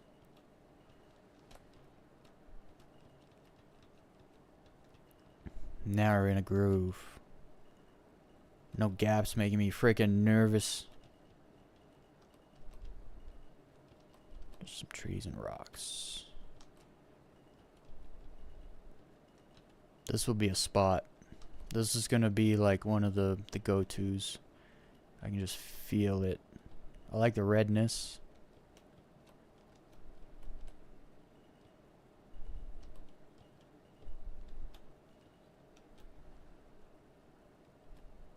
There's a bit of a plateau here. That's nice. You go up and there's actually there's not a peak. You just drop off and you're along the low flying. As long as we stay away from the gaps, we're golden. No dying today. Almost died, guys. Almost died. Now we just gotta make sure there's no little freaking invisible trees. Happened to me on Microtech.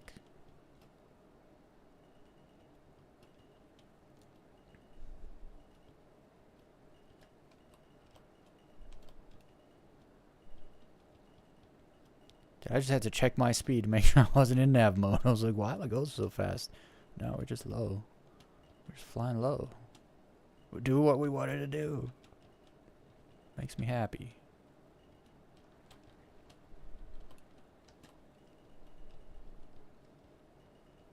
Those mountains gotta come back though.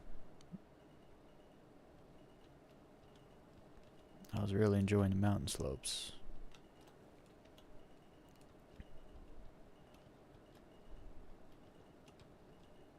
Oof. I see some mountains coming up. The atmospheres here quite thick. Unless it's just that kind of time of day. The sun is kind of traveling through a lot of atmosphere because it's low.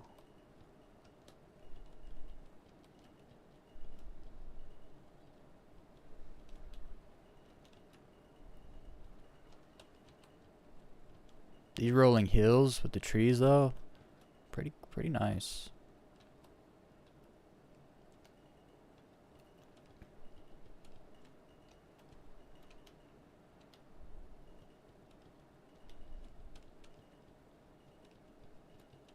Ah, yeah, buddy.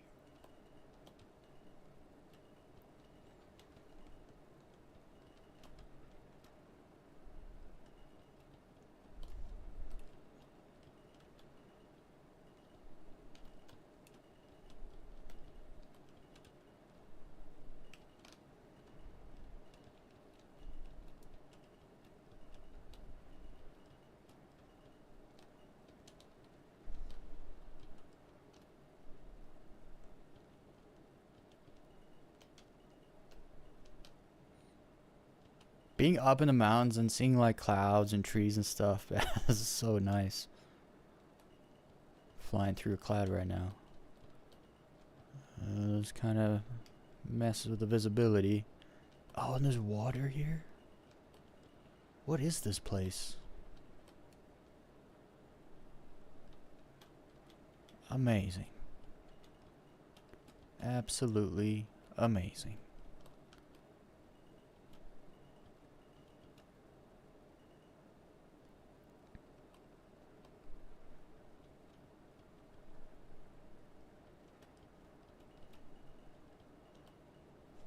Get a ship wash in the water.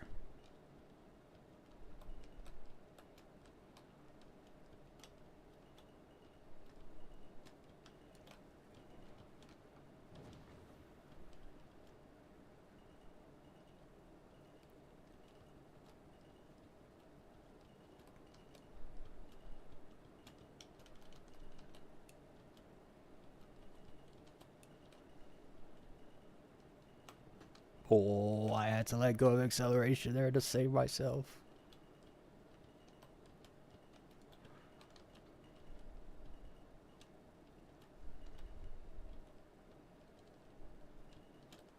Oh, there's a lot of trees there. Nice spot. I'm high up. I can feel the altitude. What is that? Yeah, I could. Yeah, I'm a kilometer and a half in altitude, low flying. Isn't that strange?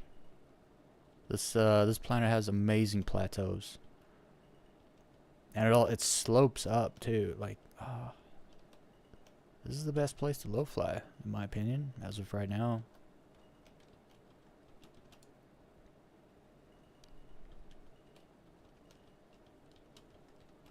And it has gaps if you really want to take the chance.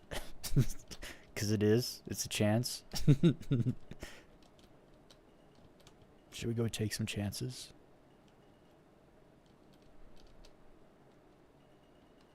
The sun is kind of going down here.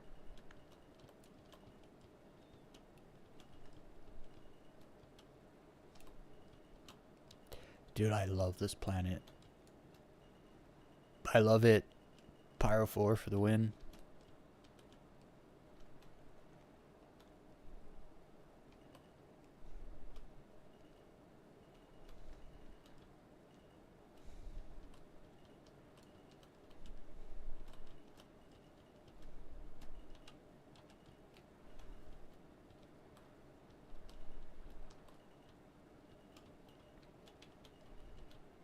Oh, that would have been nice. Cut around there. Roll around here.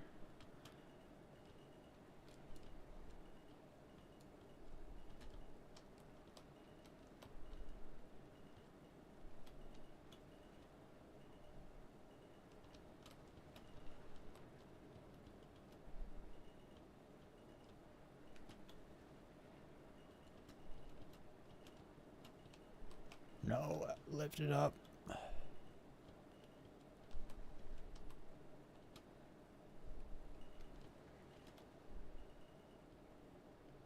I can't see. I just can't see what's on the other side of that cloud.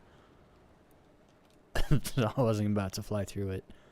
I guess I could like... Oh, some mining out here, I see.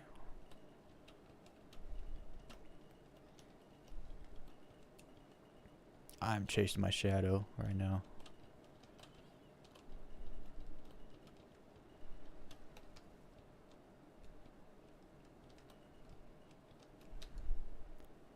Sometimes you're so bucketed in, like in the ship, you don't actually know. You're close, and you know you're close, but you can't see that you're close.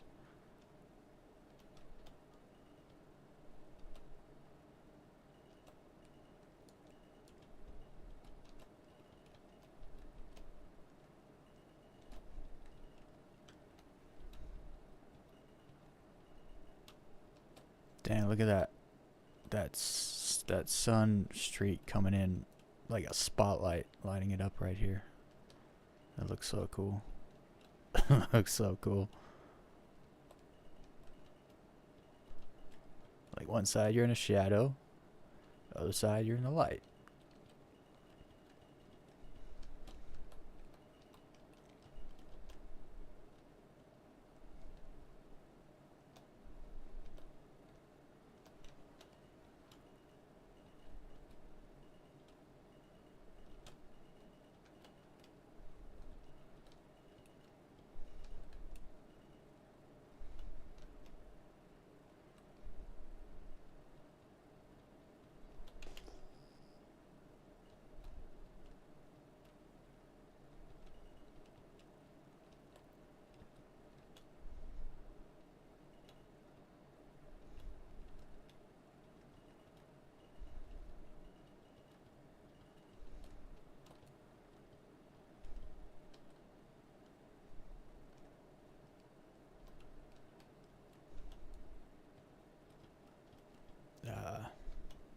We're doing it.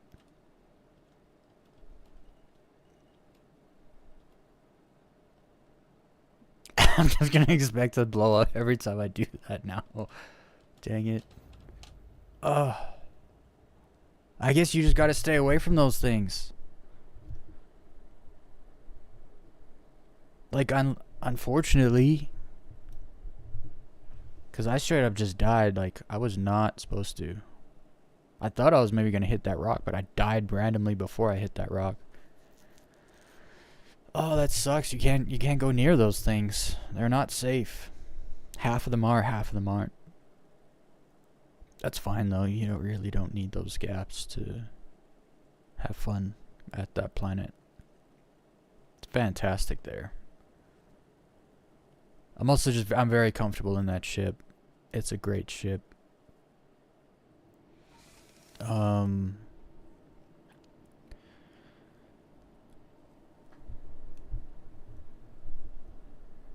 Yeah, I got it. It's honestly about finding the zone. It's all about finding the zone. A lot of peripheral vision too. Because you're looking ahead, trying to find the best route to go. So you're trying to plan ahead, but then you're making sure your velocity indicator is constantly above anything coming up.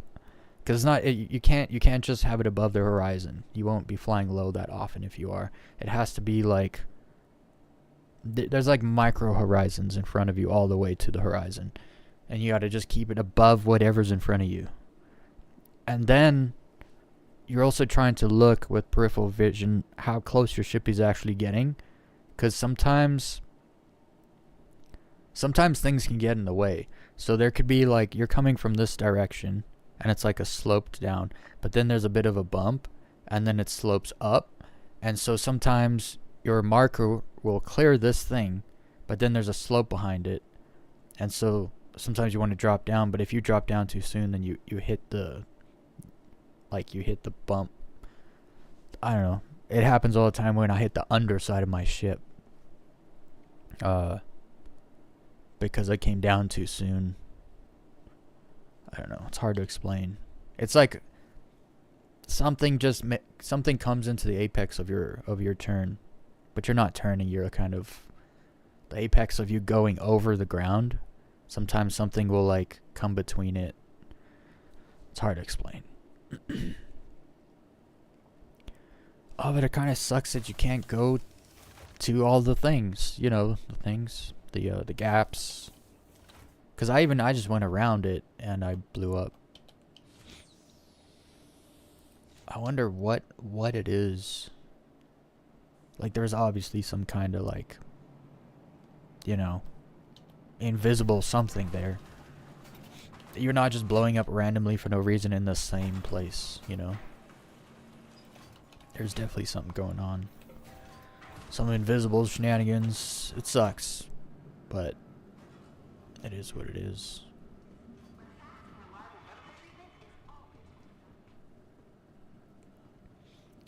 Okay, let's go out there one more time, and then we're gonna again some comment section. I want to finish editing my first low fly video. I made a bit of an intro for it. Got a little clip. And I was gonna do just like a minute and a little bit video and have just like one clip, but then I had so much good clips. I was like, nah, I'm gonna use all of them, and so I extended the song a bunch. It's very kind of choppy, actually, the song. I didn't spend too much time actually making it. Let's go in. I want to try maybe the 100i. I really like the ship. It just has a weird, Your vehicle has been moved to our storage facility. it has a weird pull to the ship. Let's go in a 100i. And your vehicle has been delivered to the Weez visitors again. Goodbye. No, that's the wrong way. What is this guy doing here, guys? He's been freaking standing here for an hour and a half. He's a player too. Like, this is not an NPC. He's quite literally standing here doing nothing. What are you doing? Why don't you go play the game or turn it off?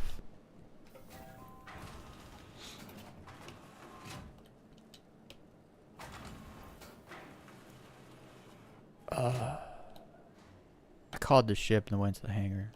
I should have just gone to the hangar. Right? No. Probably. Welcome to the ASOS vehicle retrieval system. The Pisces was actually feeling good earlier.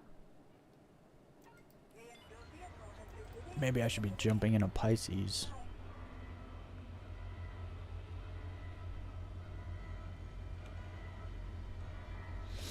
I think I'm almost good enough to go join the those other crews. Apparently there's some big like low fly event this weekend. I'm not sure like how that whole thing is happening.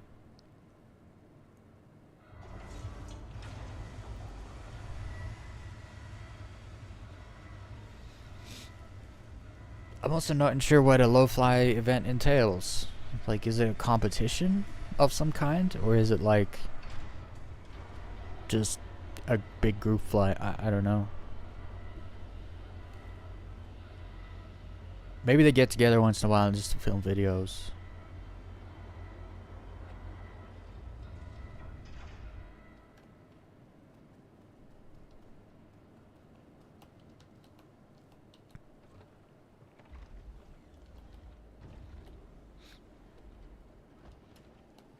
I wish you didn't have to wait for the thing before you could close it again.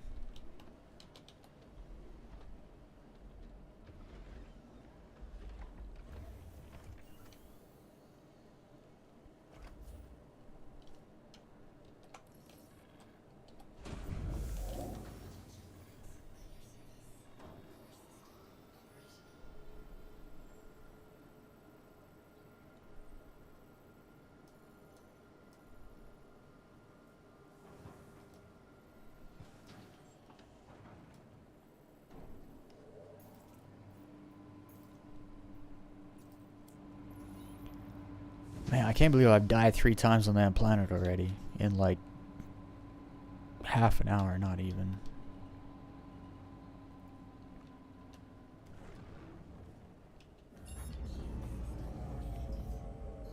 And I died from not... No, the first one I died because I definitely did hit the ground.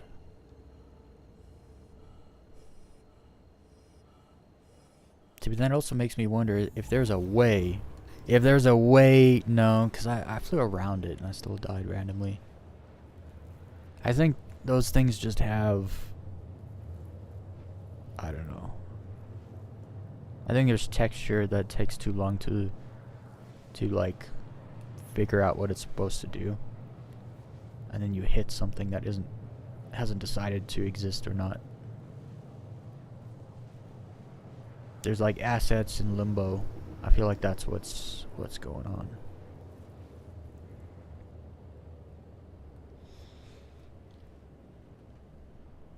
Can I just jump out here? Like, I don't have to go all the way. Oh, look at that. Look at that.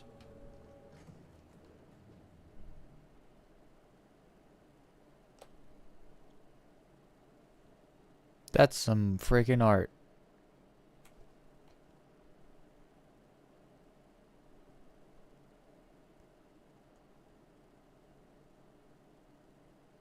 Camera's moving on its own.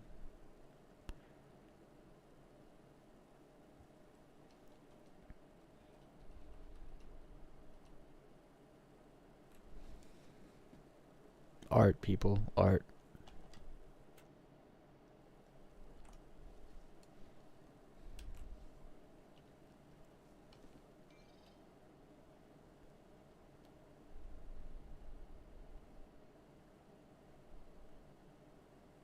It's gonna, yeah, it's probably just easier to, because you would have to cancel the jump and then probably set a route too. Oh, and then because I dropped out, I gotta just do that.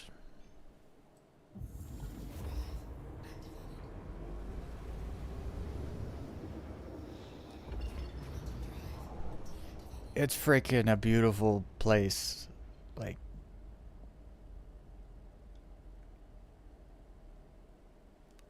didn't I die there? What am I doing here? Why is it stuck here? I'm gonna have to cancel it anyway.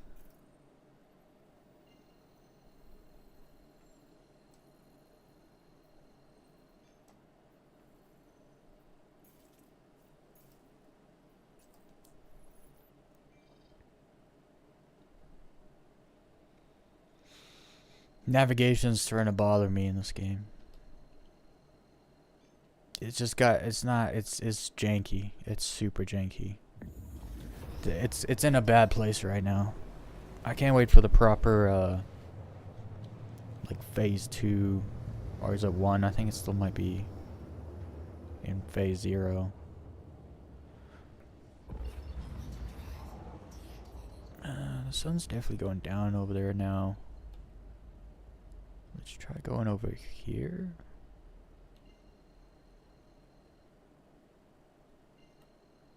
A beach? Let's go to the beach.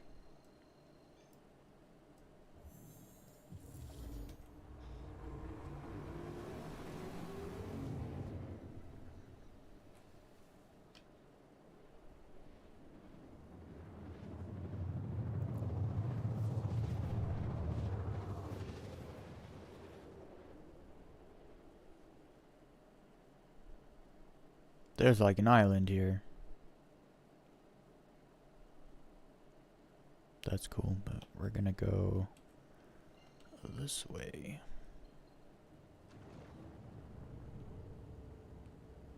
Look at those mountains.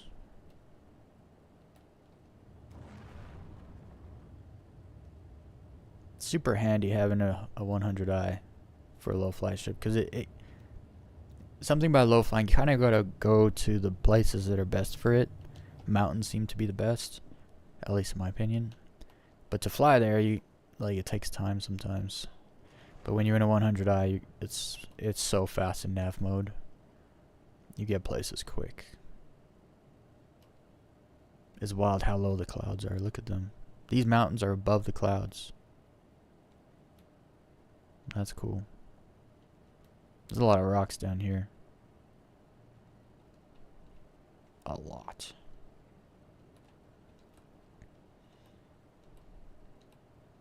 I need to get out of nav mode. I need to decouple. Do all the things and the stuff. So we can do the thing. My side thrust in this ship is garbage. I always forget about that.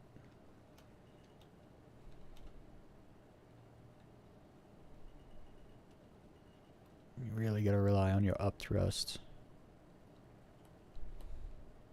And your nose. Like, I pull side thrust and I just stay. It just sticks. It doesn't even pull me. It just stops me from turning. It's not good for my I'm kind of flying my, kind of finding my flight style. And it entails a lot of kind of tapping, tapping left or right strafe here and there. And in this ship, it's not very good.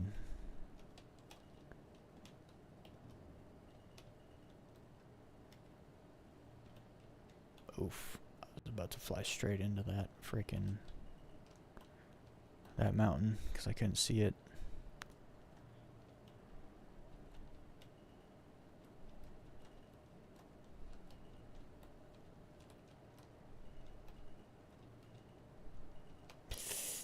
Oh. This thing is fast. This thing is so fast.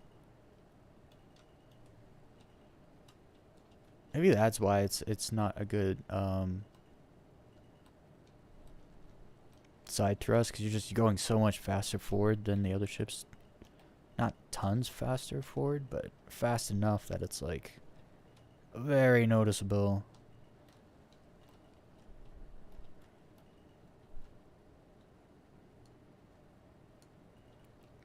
Oh, I love the wraparounds. Wraparound dead.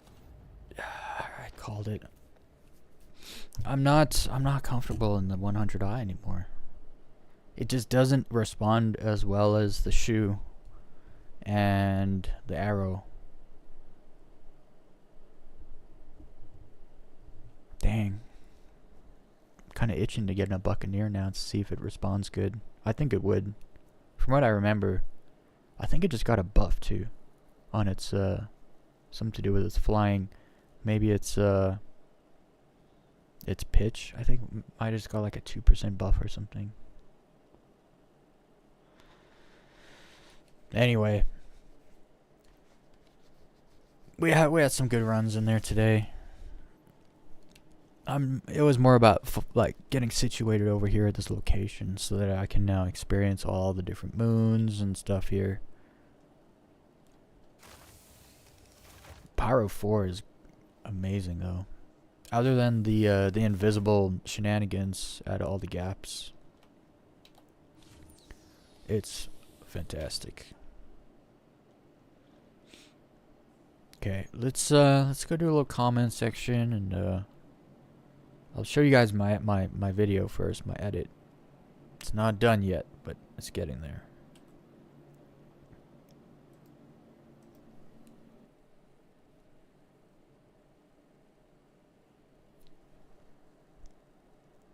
Haven't dropped any more frames yet, so that's good.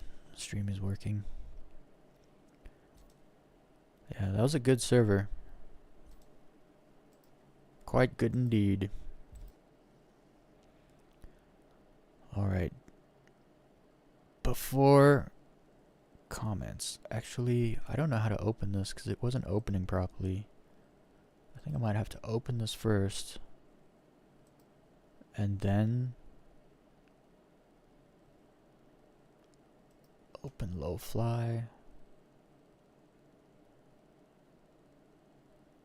Open file. And then this one. Right? Yeah. So I did a bunch more. Actually, like, put things where I wanted them. And I did a bunch. Let's see. I was like very tired when I did this, so it might sound bad. This might all be bad. I think this might be some problems with the audio. Some of the transitions are pretty bad, I think. I didn't really work them properly. Anyway, here, let's watch.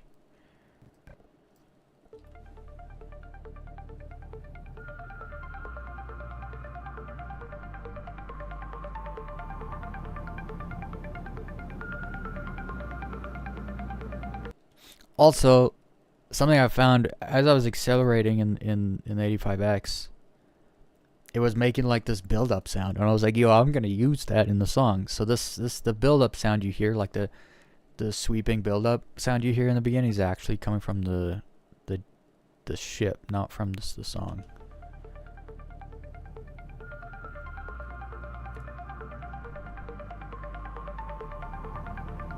So cool.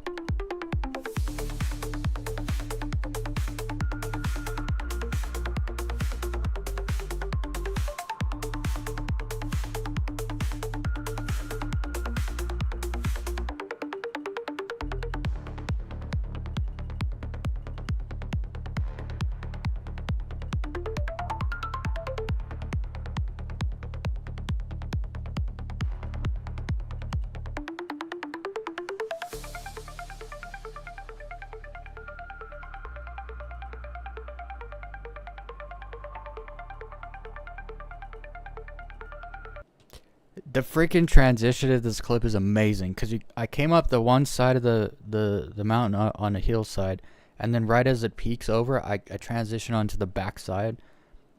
I don't remember doing it on purpose. It just worked out that way. And it also because I sweep down like from another. Look at this. So I sweep down around here, and then like up the other one, and then like onto the other side. Like up over the ridge, and then I just stay. Like stay low the whole time. It's so sick. It's the first time I impressed myself low flying right there.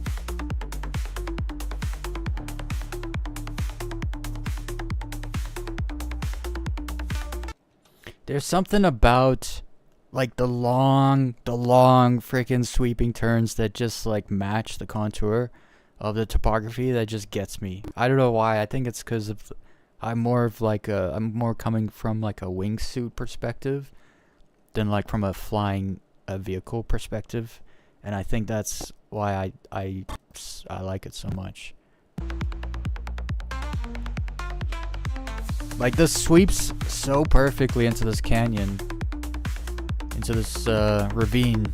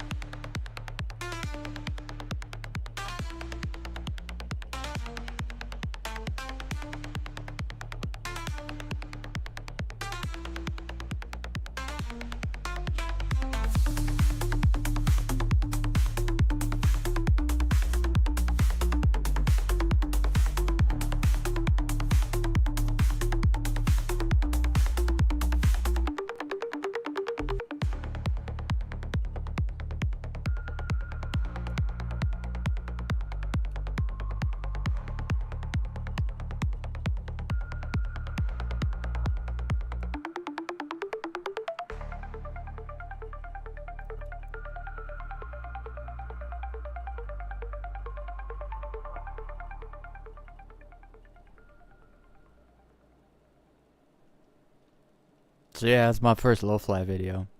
I'm still working on a few things. I'm gonna add like some text to it or something. I'm gonna do a little color correction stuff too.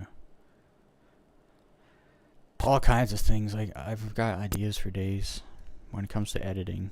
It's very simple. I want to keep it simple. It doesn't have to be too fancy. It's my first one. It's not gonna be good. Like a year from now, I'm gonna look back at this and be like, man, I was bad at that. Because they're just gonna get better and better. Alright. For the next 40 minutes, we're doing comment section. Are you ready? I'm not ready for this. I'm going to keep that open. Okay, I gotta try to go back and see. I got 17 today. I'm gonna need to go back.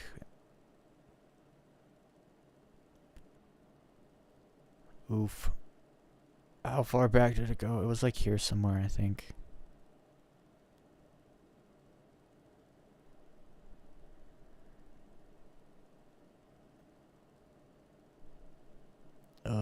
It was here somewhere. I think it was...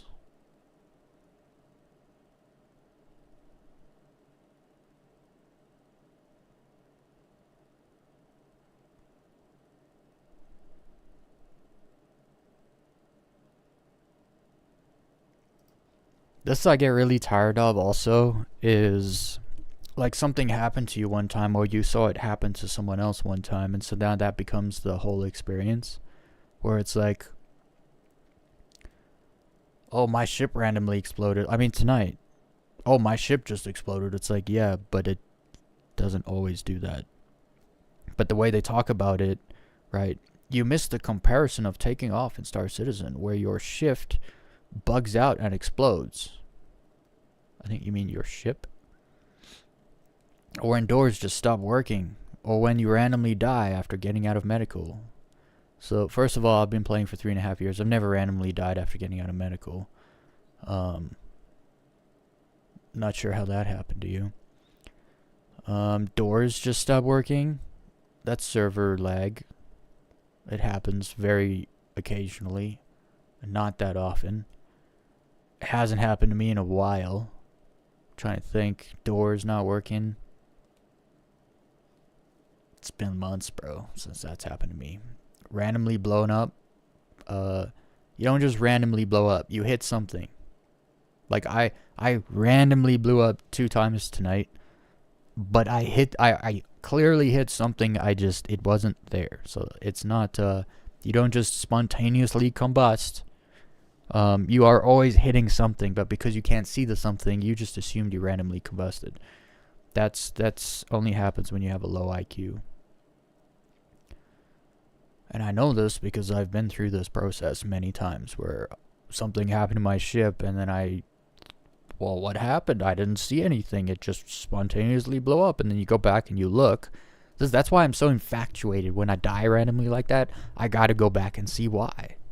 So that I can stop it from happening again and again, right? If it is something that happens continually and I can avoid it, why not do that? But you have to have an IQ, and you actually have to be able to, breathe through your nose and give your brain oxygen so you can think. Else you just experience the same bug over and over and over again because you just keep doing the same thing over and over and over again. And that's insane, right? But this is the thing, though. They talk about, like, Star Citizen, like, this is the experience. Your ship bugs out and explodes. That's what happens. Right? They speak as though this is what happens when you leave the station. But it's not. And it doesn't happen often either. So, and if it does happen, like, I've told the story before. I left the station in a Corsair, and the wings and the thrusters just, like, blew off.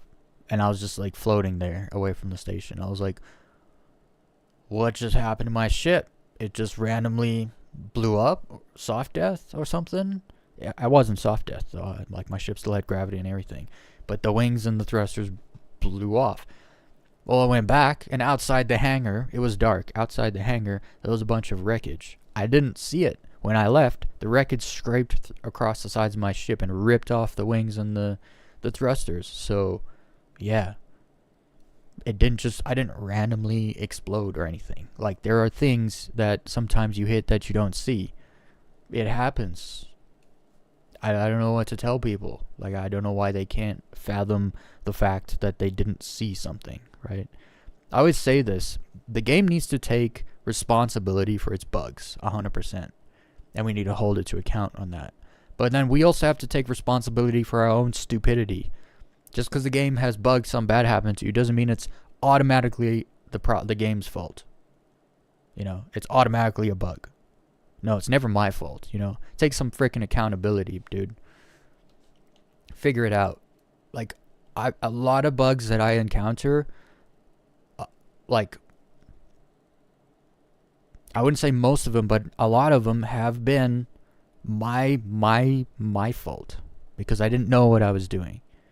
So, and you learn that. And then over time you realize there's not actually that many bugs in the game. Like, yes, there are bugs, but not as many as people make it out to be. It's when something bad happens to them, like, the amount of times people said, I can't finish the box missions don't deliver. It's like, yeah, because guess what?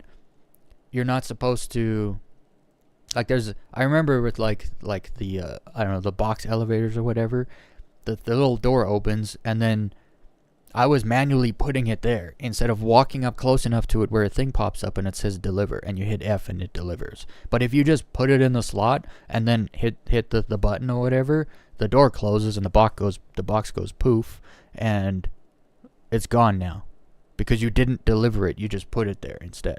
So knowing that, I was like, oh, you're supposed to actually take the box, get close enough to the thing to where a thing pops up that says F, and then you hit F, and then you put the box in, and it delivers it automatically, and the mission finishes. Once I learned that, all the box missions all of a sudden started working for me. Oh, I wonder why.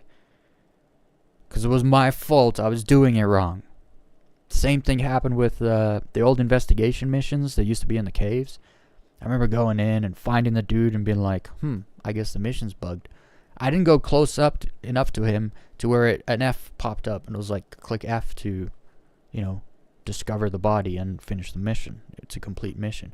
And I didn't get close enough to him to realize that. So I was thinking the investigation missions in caves were bugged. Turns out they weren't.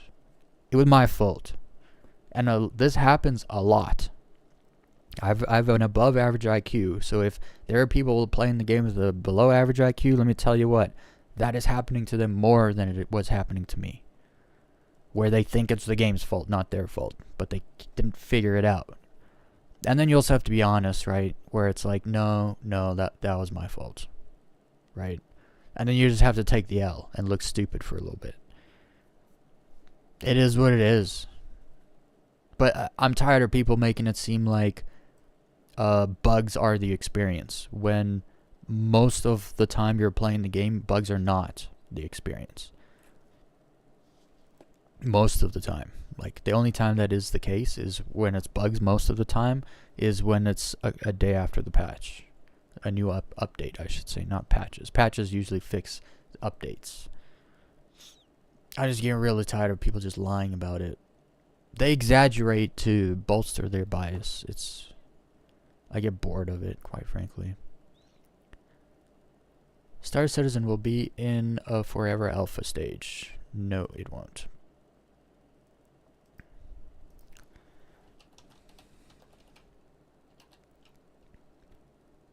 How do I know that? It's called greed. Games make more money when they are finished and out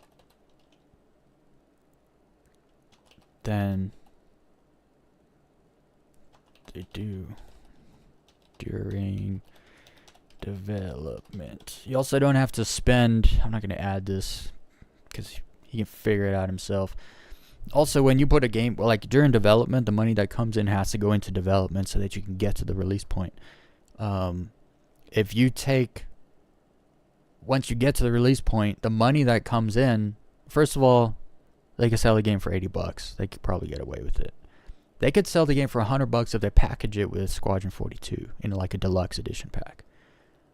Just like, let's be straight up. They got the Squadron 42 and Star Citizen. When you start packaging those together, CIG starts making a lot of money, okay? So that is why they are so focused on getting it to 1.0 launch with Star Citizen as a appetizer.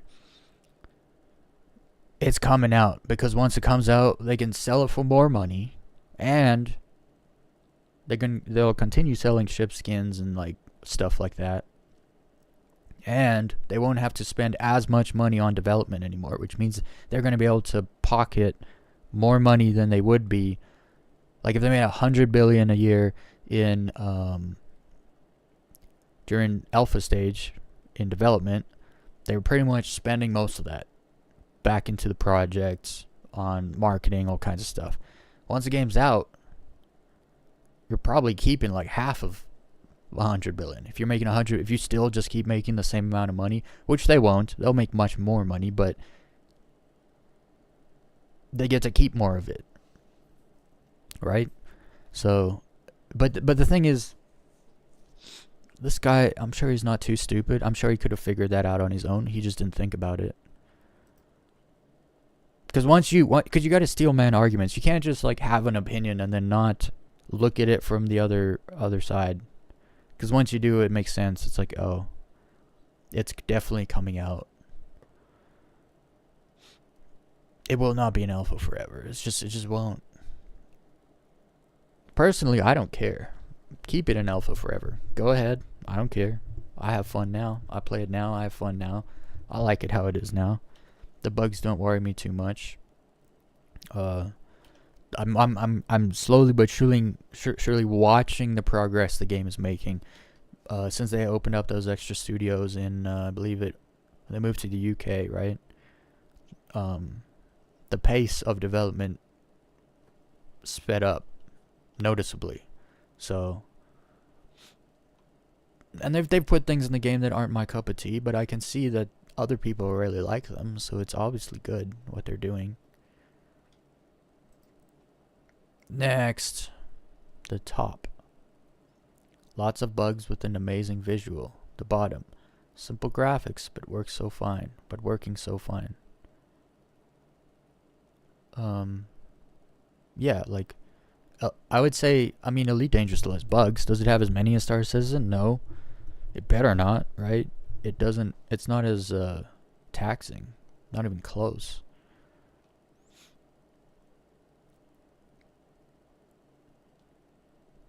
Star Citizen needs to monetize and incorporate cryptocurrency into its ecosystem and go live. It's the way of the future, and they gotta make up for lost time and win back players. By getting the game into crypto? Hold on, let me read this properly. Star Citizen needs to monetize and incorporate cryptocurrency into the ecosystem. Well, if you think about it, the ships are already NFTs. The ships are just digital assets that you can buy, that you then own. Lifetime warranty. Lifetime insurance, I should say, not warranty. But as far as crypto goes, you don't want real currency of any kind in your game. And I actually think this is illegal. They would have to make the game 18 plus only if they were going to do something like that. It's the way of the future. I can guarantee you it's not the way of the future. Like, actual cryptocurrency in games is not the way of the future. Cryptocurrency in real world, like using it to make purchases and savings and investments, sure. That's future. That's now. But no one's putting cryptocurrency in games. The same reason you don't use real money in games. You buy fake things or fake money for then in the game. Unless you believe cryptocurrency is fake money. That's not something you would actually... AUEC is cryptocurrency, actually. Right? Can you not like buy real can you not buy AUEC with real money? I imagine there's websites that do that.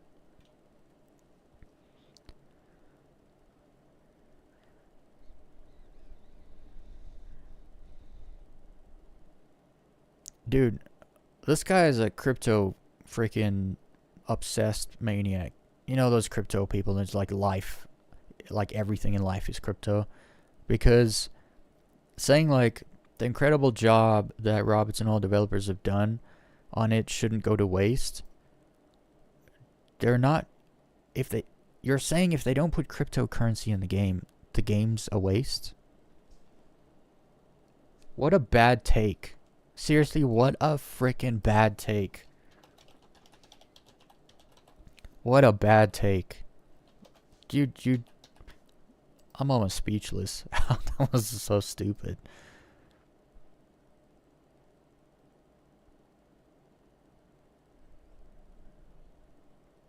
Oh, this guy replied to me.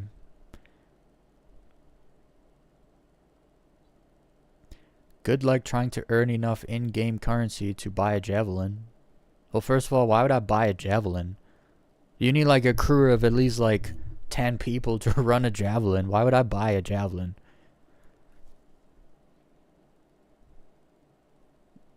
And even if the javelin's like 200 mil, I could make 200 mil in like 4 months. Like on my own, right? But I wouldn't buy a javelin because it's a massive multi-crew ship. That's for an org, right? An org can come up with the money to buy a javelin in no time at all, in actual fact.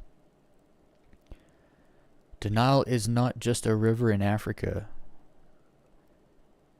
Denial is not a river in Africa. It's called the Nile River. It's not even spelt like that, you fucking idiot. $45 is too much to pay for something that isn't even in beta. You're a beta. You know all about that, huh?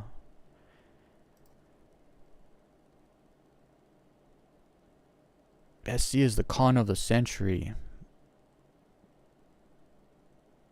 It'll plod on in development forever. See, these people don't think. They cannot think, in actual fact. That way they won't have to face criminal investigations. What are you talking about, bro?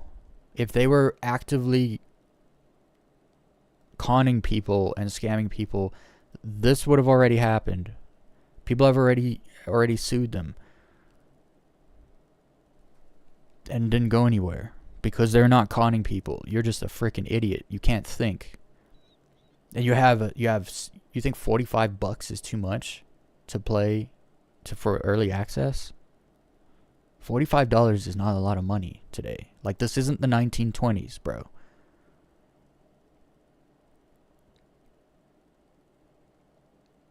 Would you buy a house unseen with no plans by paying cash up front with no recourse?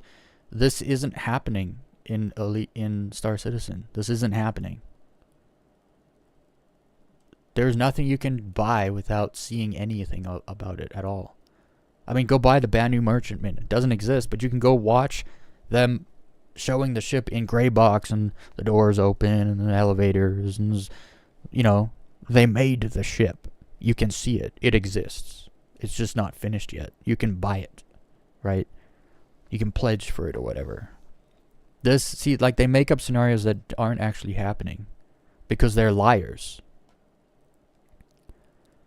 You gave your money to CIG, yeah, and I have had more fun off the $45 I gave them than any other game. GTA? But I didn't give I had to buy GTA 3 frickin' times because I bought it on disc for Xbox 360 Slim. Then the disc burned out. Then I bought a digital copy so I didn't have to deal with the disc burning out again. And then I bought the next gen version on PS4. I bought it 3 times. And then my friends were like, oh, you should get on PC. I'm like, I'm not buying GTA again. I bought it 3 times. $60 a pop. I'm not spending more than $180 on a game, even though I love it. It's and I had a lot of fun on that game. I don't know if I've had more fun than Star Citizen, but for $45, yeah, for $45 I've had more fun than any other game worth that amount of price.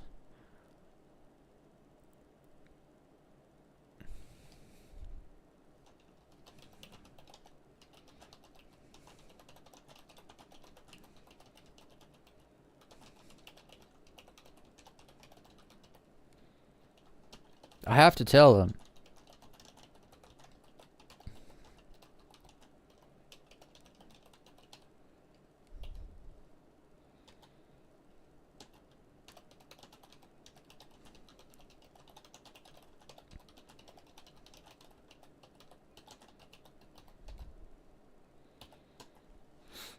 It's funny how, like, I shouldn't trust CIG. But I should trust this frickin' random liar in my comment section, right? Like, just get out. Just get the fuck out. Just go do whatever you want to do. You're not changing anyone's mind by lying about it. Like, Star Citizen has legitimate things wrong with it. How about you talk about those things? How about you actually have real criticism that isn't based in freaking fabrications? How about you try that? No, you can't do that because you have a low IQ. No intellectual honesty. It's disgusting, dude. These people disgust me. How about you just tell the truth? How about that? 13 years in alpha. That's not true. It's not been in alpha for that long. It's been in development for that long. They can't use words to talk. It's really bad. People have lost the ability to understand the meaning of words, and so they can't use words correctly to explain their position or their opinion. And that kind of bankroll, they can't finish the buggy game, failure. My opinion can't really be a lie. Oh, I'm about to explain it to you. Arrow starter pack listed on the website, $90. You don't have to spend $90. God, these people are so stupid. Can your brain keep up, or do you want to go to war with Dunning-Kruger now? Bro. Okay, let's dig into this fucking piece of shit. Here we go. First thing he said, 13 years in alpha. Well, you lie. So how...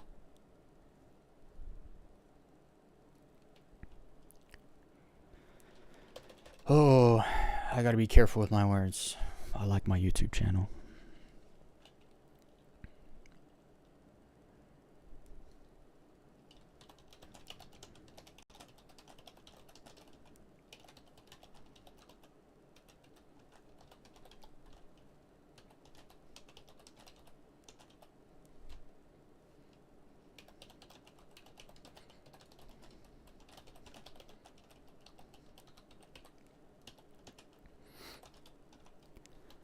Okay, that's lie number one.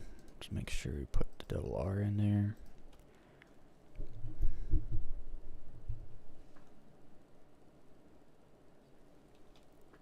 I don't think the alpha started till like 2014, and even then I don't think that was an alpha. That was a tech demo. In 2017, when there was like where you could like leave the station and fly your ship around and stuff like that.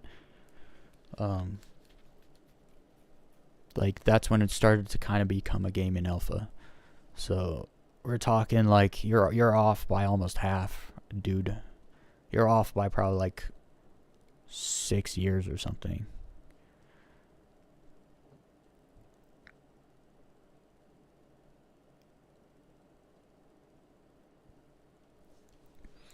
Also, that kind of bankroll and they can't finish the buggy game. It's like, bro, you don't...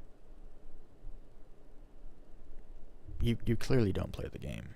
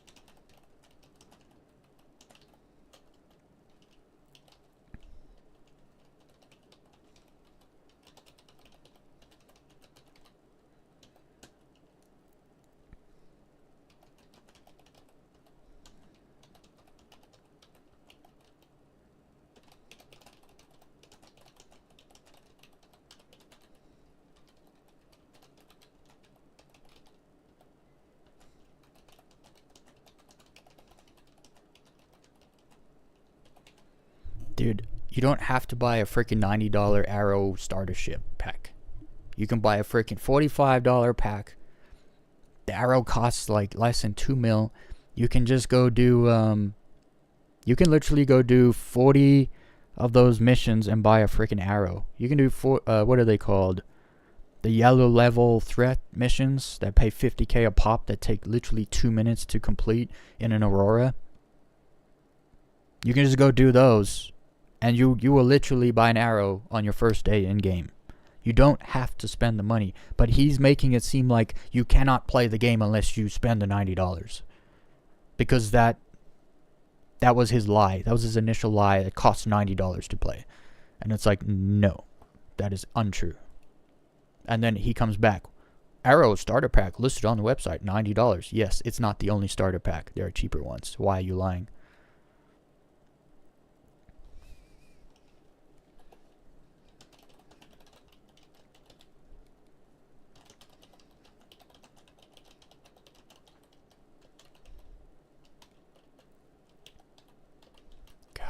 can't type. Can't see the keyboard.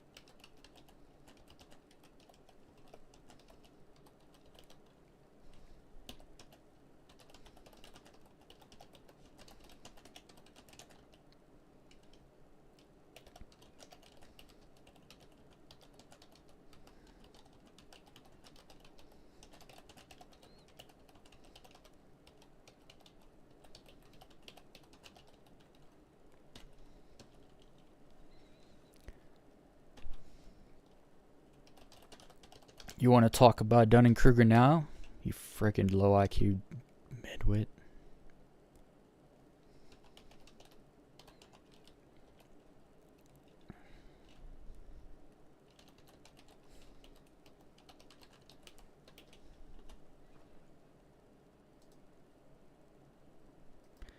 How come they, interesting, they don't know that's a person.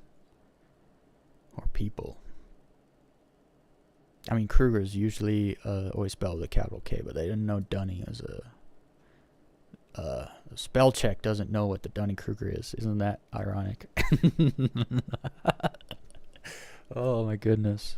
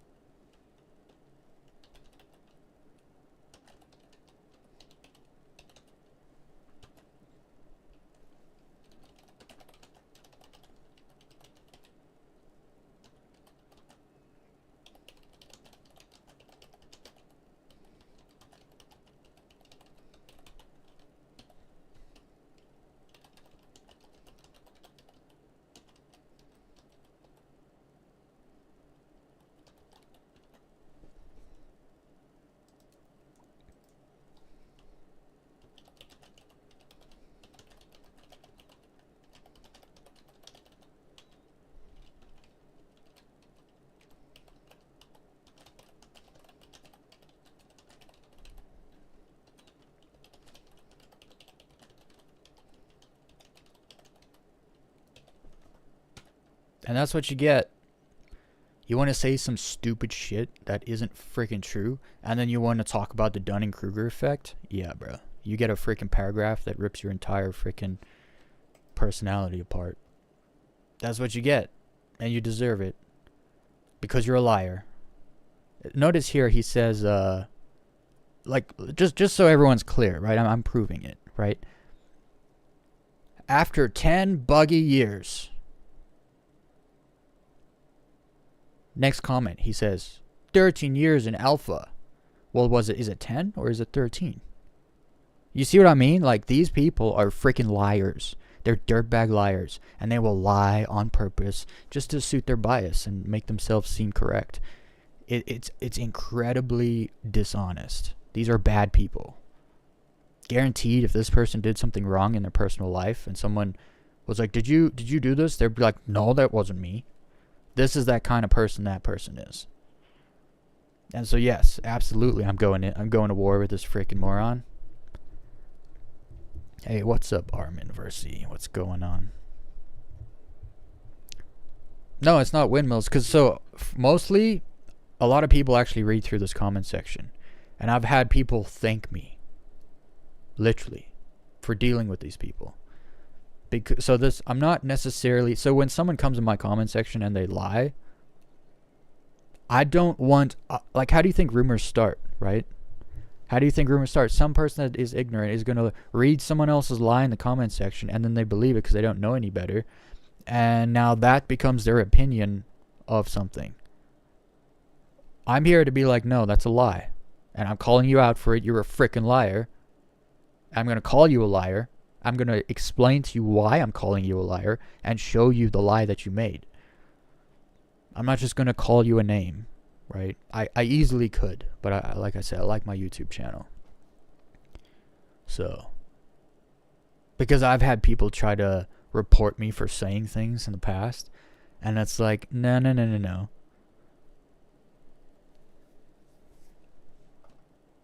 I wasn't going to let them get away with it. So yeah, if someone comes in and lies, like big time, and then I call them out, and then they come back and they lie again, it's like, what are you doing saying two completely different things? Right? You think no one's going to catch you just straight up lying? Just making up numbers? He's like, I regret spending $90 for a starter pack. I said, you don't have to spend $90 to play the game. He said, Arrow starter pack listed on the website, $90. It's like, you didn't have to buy that one. You could have bought the $45 one like I did. Like many other people did. If you don't trust the game, why would you just throw money at them? I don't get it, dude. These people have more money than brains. They don't deserve it. Which is why they lose it so easily. The fact that there are over 800 million and the game itself is no closer to being released. What do you mean, no closer than what? No closer than what? No closer than what? Right?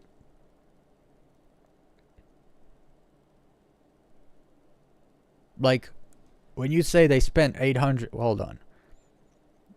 They made over 800. They didn't spend over 800. So let's get that fact clear. And then... He just says, and the game itself is no closer to being released.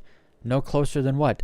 But before they got any money? Because you got to understand, the argument he's making here is they made over 800 million from when they started to now, and the game is no closer to being released. It's like, so on day one, they had nothing. And he's saying now they have nothing. What did I just play for 2 hours?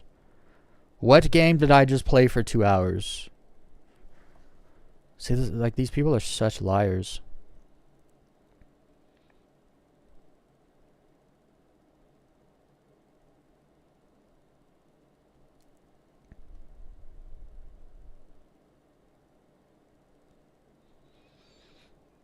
Well, okay, you can't tell a lie and then base, the company is mismanaged based on this lie. It's like, look... Mismanagement, if a company gets mismanaged, it has about 2 years. It has about 2 years to survive, and then that's it. This guy has no idea what's going on. He doesn't know Chris Roberts bought out the rights to the CryEngine, and then paid the original CryEngine developers to come work at CIG and develop the engine further, not just... He didn't just rent some engine from somewhere and then just start building the game on it. Like, these things take a lot of money. The thing he wanted to build couldn't be built on anyone's other engine. He had to build an engine of his own. He bought out one of the best people to do that. That costs money, okay? This guy has no idea about that. He doesn't bring that concept into his argument because he doesn't even know about it. And sure, every company has some mismanagement, but then either the company dies or they fix it. They start managing it properly, and then the company continues on. And the way I know this is because if it was just getting mismanaged year after year after year, their profit would not go up year after year after year. It would go down year after year after year. If your profits are going down, that means you're shrinking. If you're shrinking, you're dying. That's how companies work.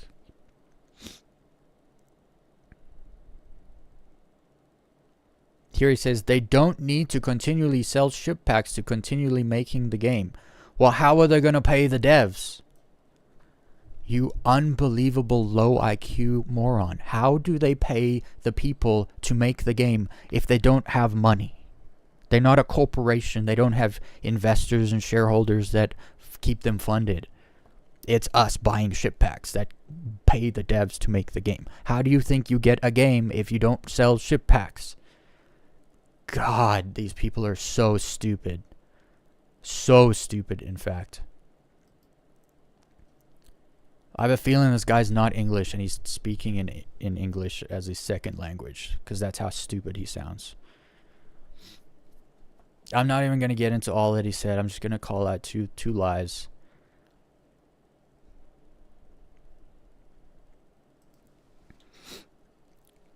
So, in the beginning, they had no game and no money. And now they made 800 mil.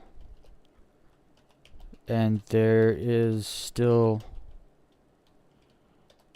nothing? No. They have obviously made progress. Massive progress, actually. If you go from back, if you actually go back to like some of the concept stuff they were showing, even the game itself, when the game first came into alpha, whoa, it looked much worse.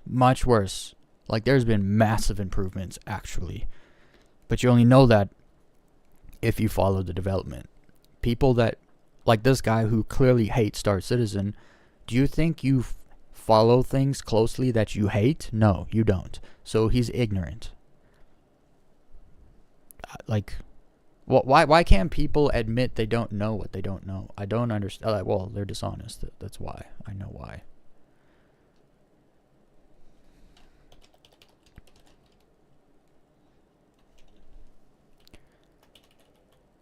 Oh, these people.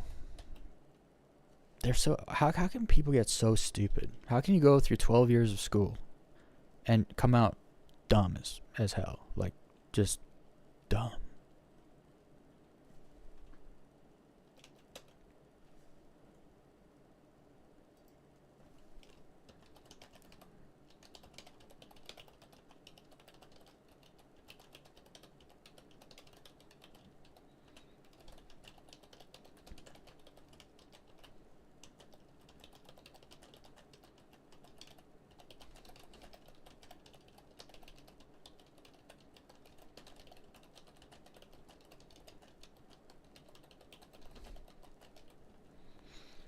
That's the other thing. Like, if I'm buzzing live streaming and I'm just sitting here typing, people always like they complain about me like typing out paragraphs, and they make it seem like you're so angry. You're angry typing. It's like, sometimes I'm frustrated typing. I wouldn't say necessarily angry, because I think I'd be angry if I was wrong, but I'm not. And they can't prove that I'm wrong either, because they can't make frickin' good arguments. And they don't criticize the things that are actually wrong.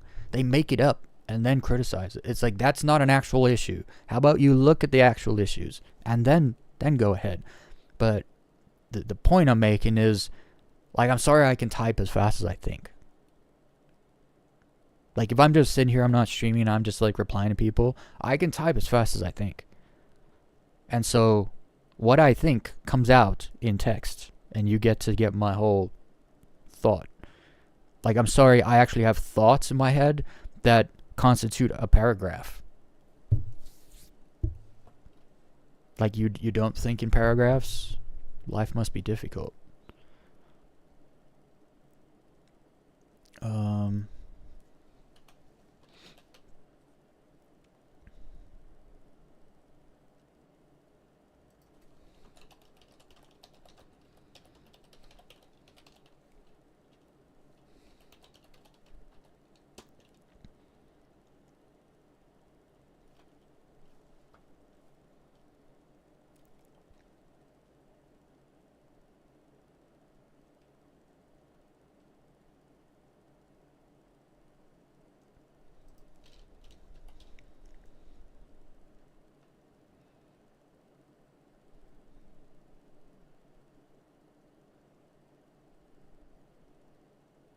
What else did he say that was just completely not true?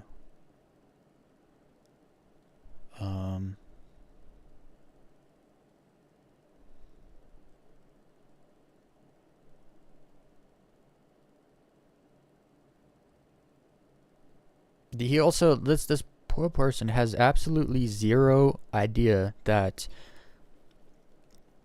if they brought the game out, it's finished, it's 1.0, it's on the Steam store, maybe the Squadron 42 is on PS5 Pro, they're gonna make so much more money. So this argument saying like they're only selling ship packs to make money and then they'll never bring the game out, well, it's like, but your premise for them being shitbags is to make money. But that's my argument. They want the game to come out to make money because they're greedy. You can always look. Maybe Chris Roberts has a dream and he just wants to make the dream come true. Okay, put that aside. Chris Roberts is human. He wants money. Okay? The other people involved, they're human. They want money. So guess what? Greed is the very reason the game is coming out. That's how I know. That's how I know.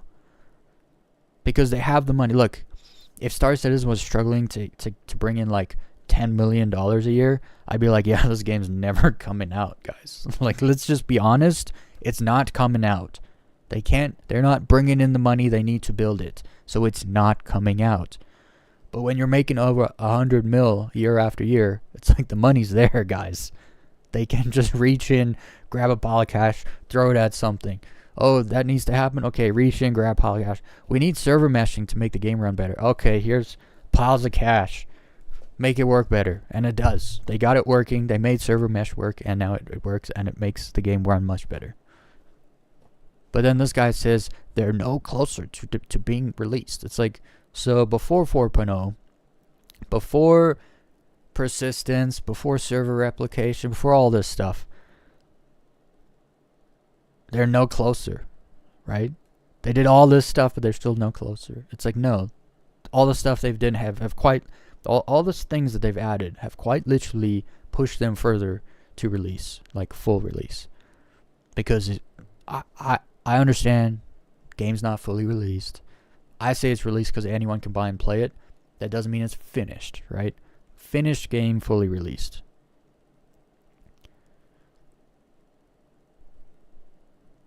And it's funny how you're just fanboying and you're blind to the facts. I literally just called out a whole bunch of shit that you're completely blind to. It's just the concepts, right? People don't understand concepts. How do I know this guy doesn't follow development? Well, there are games that I don't like. Guess what? I don't follow the development of those games because I don't like them. This guy clearly hates Star Citizen. So you think he's actively following what they're doing? No. Of course not. Come on. Deduction. Figure it out. You can tell a lot by a person and what their preferences may be by the way they talk about certain things, right? Like I know because I put myself in other people's shoes, right? Like for the longest time I was an Elite Dangerous fanboy in the cult, and I admit that. And then I tried Star Citizen. I gave it a try because Frontier pissed me off for the last time. And so I tried Star Citizen, and then I realized, oh, I was totally wrong. I drank the freaking Kool-Aid. I believed the lies because I didn't know any better. Because I didn't like the game, so I didn't look into it. I had no reason to. And so I was ignorant. Just like these people. Completely ignorant. They make things... The worst part is when you make things up, and then you try to base an argument on the thing you made up to try to sell it so to make yourself look correct. Like, it just makes you a bad person. Literally, it just makes you a bad person.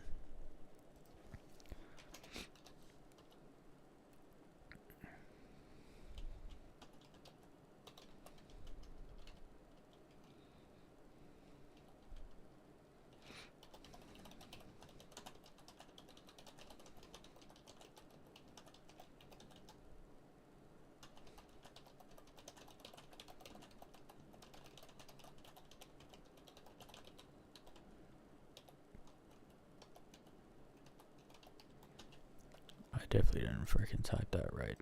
I totally didn't do it right. Oh, I'm tired. What can you do?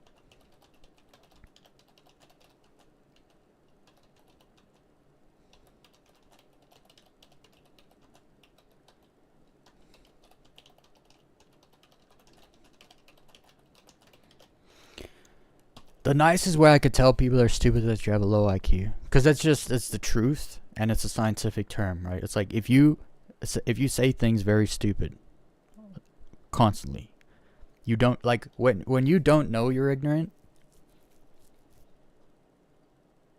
Is you have a like so here's the thing, if you have a high IQ, you know what you know and know what you don't know. So when someone starts talking about something you don't know about, you don't all of a sudden have opinions about it, because you know where you sit, because you're smart enough to know what you don't know. When you're stupid, you think you know everything, and then before you know it, someone's calling you out on something you're ignorant on, and then you start making up lies to try to make yourself look correct. Like, I'm sorry, you have a low IQ. You wouldn't say some of the things you've said that are obviously not true if you didn't have a low IQ. Like, I'm sorry, I have to be the one to tell you that, but it is what it is. Star Citizen has 5 FPS though. 18 to 22, actually. No, it was bad. Like, yes. But it was an old computer. The clip was filmed a long time ago. Like, it's also crazy to me that, some people would be like, why were you playing Star Citizen on a potato? And it's like, thank you for being honest. Thank you for recognizing it's not just always the game's fault. Because I've seen people play Star Citizen in 4K at like stupid FPS because they have a $4,500 computer. And it's like, okay, so it's not necessarily the game, it's kind of the hardware, because the game hasn't gone to the point where it's been optimized. So you can't just blame the game. If the game was out 1.0, we're all playing it and it's just super bad FPS, okay, that's a different story. Blame the game. But like, I play on a mid-range computer, and it's fine. It's fine for me. I don't know. And I play in 2K. I could easily get much more FPS if I played in 1080p, easily. And it doesn't look that bad in 1080p either, honestly. 4K actually looks crazy. It's crazy what difference from 2K to 4K the jump actually is. I mean, it's double, right? Elite may be released, but it is still unfinished. Oh, he's replying to same person. Right? Same moron? No, different moron. Probably same argument.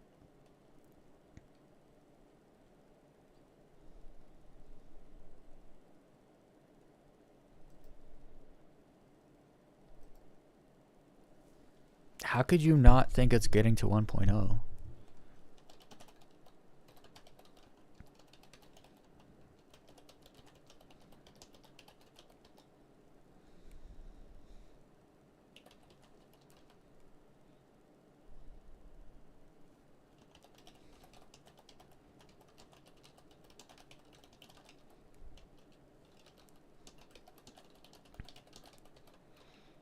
Look, I know for a fact Star Citizen's coming out. Why? Because they've already made enough of a game, right?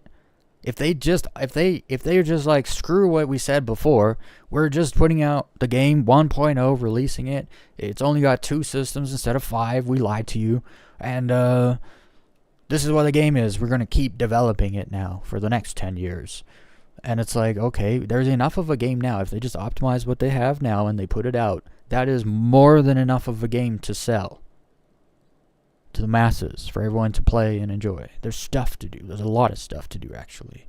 So I just don't understand where people get this. It looks like it might never make it. It's like, where have you been the last 2 years? Like, this isn't 3.0, right? Where it's kind of on the fence. You don't know, will they ever get server meshing working? We don't know. Persistence, will that ever happen? We don't know. The 30Ks are still a thing, or is it ever gonna get to a point where it doesn't crash? Well, they did persistence. It's in the game. It's working. They did server meshing. It's in the game. It's happening. They did server replication. Where instead of the server crashing, you get a server error and it moves you to a new server. It's like, okay, so they've done the things. So, because before it was, they're never going to get server meshing, then they get it. Well, they're never going to get persistent. Well, it started with persistence and then server replication and then meshing. And now it's, well, they're never going to get dynamic server meshing. I bet you they will. It's never going to come out. I bet you it will. Like, people keep betting against Star Citizen because of a bias. They already have an opinion that it's not coming out. But they don't know that. They don't know it's not coming out. When you actually break it down and look at it, it's coming out. It is. Like, because if you asked me 2 years ago, what was it?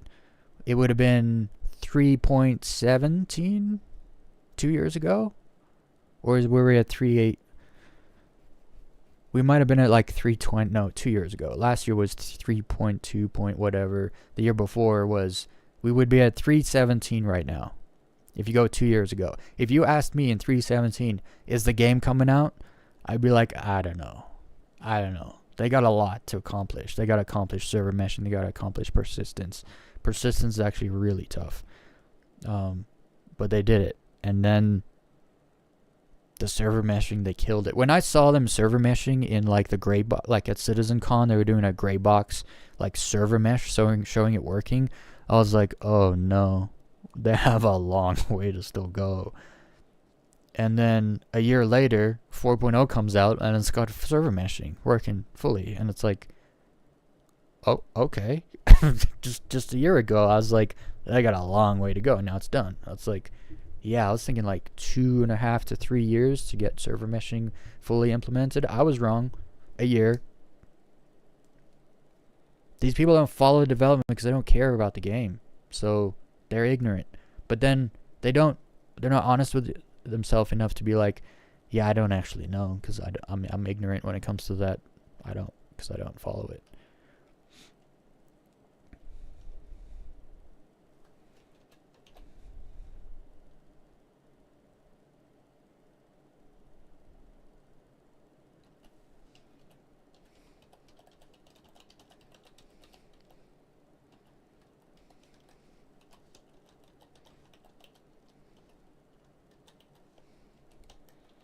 I'm pretty confident to actually make this prediction.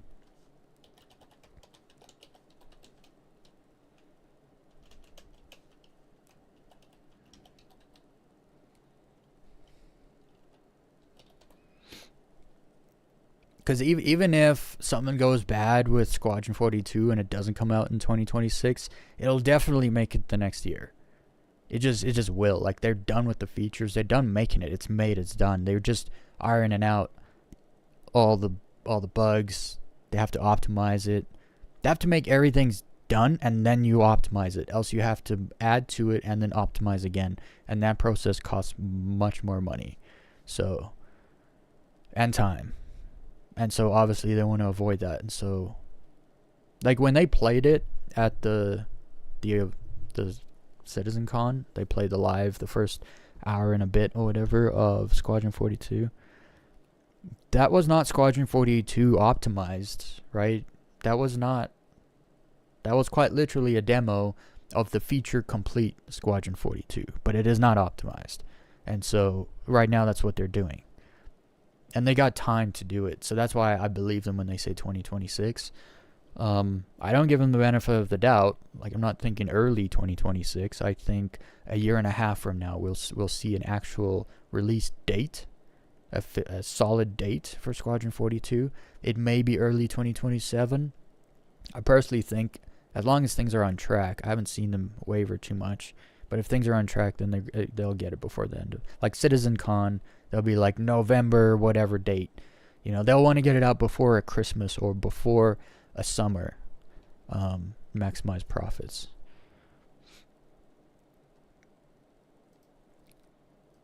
How many more do we have here? I can't go on forever.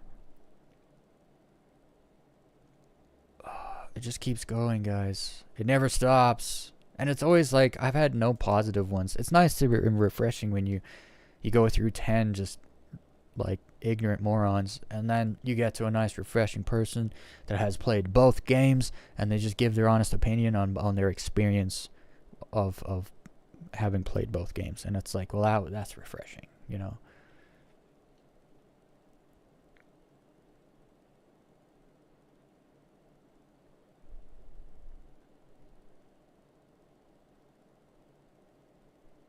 SC didn't have the same freedom of speed? Bro, the biggest ships in Star Citizen fly faster than the smallest, fastest ships in Elite Dangerous. How can you possibly say it didn't have the same freedom of speed? You sound like you know ED well. Well, I do. I have 5,800 hours in Elite Dangerous Horizons. So I know it well.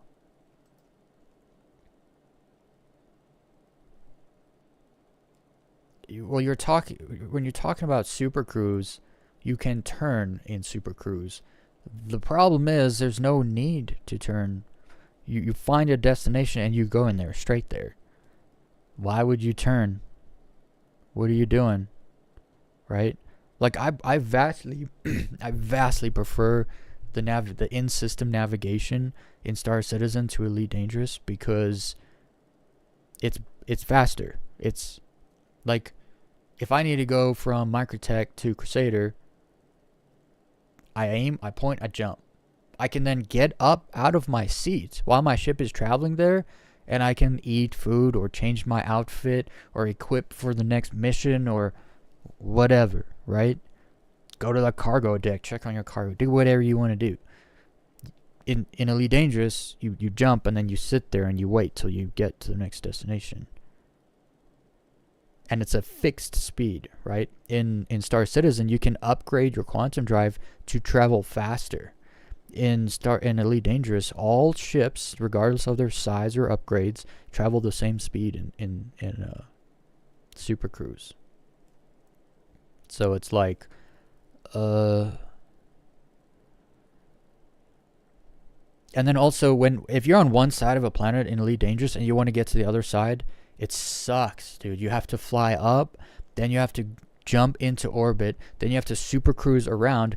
If you don't get far enough away from the planet, you super cruise super slowly around the planet. So you have to fly up and away enough so that you can fly fast enough to get to the other side. Once you get to the other side, then you have to glide in and then stop and then fly to the place you want to go. In Star Citizen, you fly up till you're just outside the atmosphere, so when you can jump. You locate a target on the other side of the planet. Boom, you jump. Your ship turns, takes you to the other side. Boom, drop out. You're there. It's you have way more, like you get around faster and have the freedom, and still have the freedom because. So sure, in Elite Dangerous you can turn in Super Cruise. Maybe you change your mind. You want to go to a different planet. Okay, I'm en route to a planet in Star Citizen. I changed my mind. I want to go to a different place. Okay, I hold B. I drop out. I turn my ship. I look at the next place. Boom, and I jump. And now we've turned direction. So it's not. It's different, but it's they do. You can do the exact same thing in both games, right?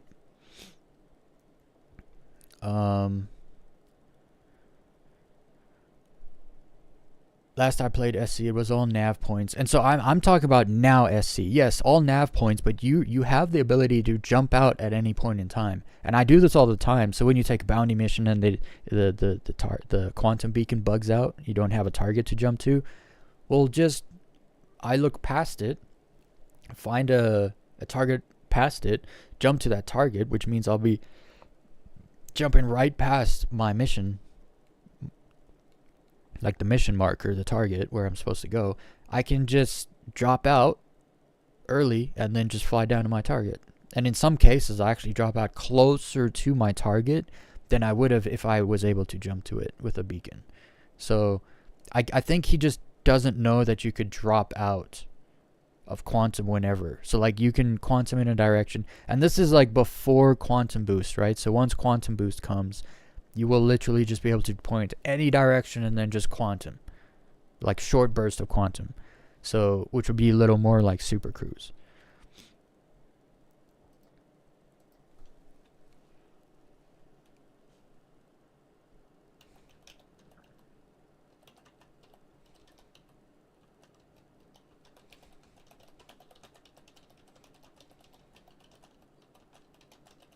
Quantum boost is probably coming this summer, actually.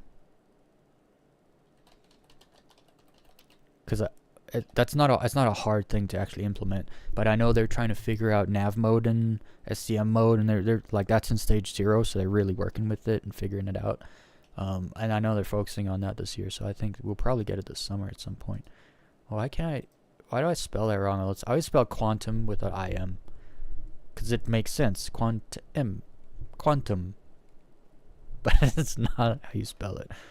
And I always do it too. Drive myself crazy. Next time, do apples to apples. Open world space game to open world space game. Apples? Apples. What are you talking about? Oh, again, it's wild to me how it's my fault, except everyone looks at the planet. Everyone looks at this planet in Elite Dangerous, and they think it's a moon. It's like, yo, that's not my fault.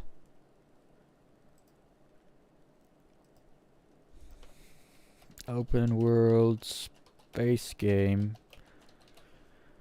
I'm getting tired and lazy, so this is how we're doing it.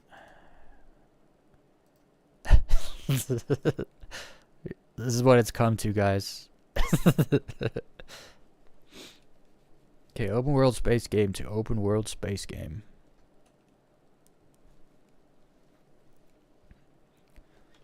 And those are both planets. Not moon. That's all I have to say. Figure it out. Open your freaking eyes. Can you feel how buttery smooth Elite is, while Star Citizen chops along at 15 FPS? Embarrassing how many millions have they wasted on that thing already. You completely disregard the client hardware. 960M GPU.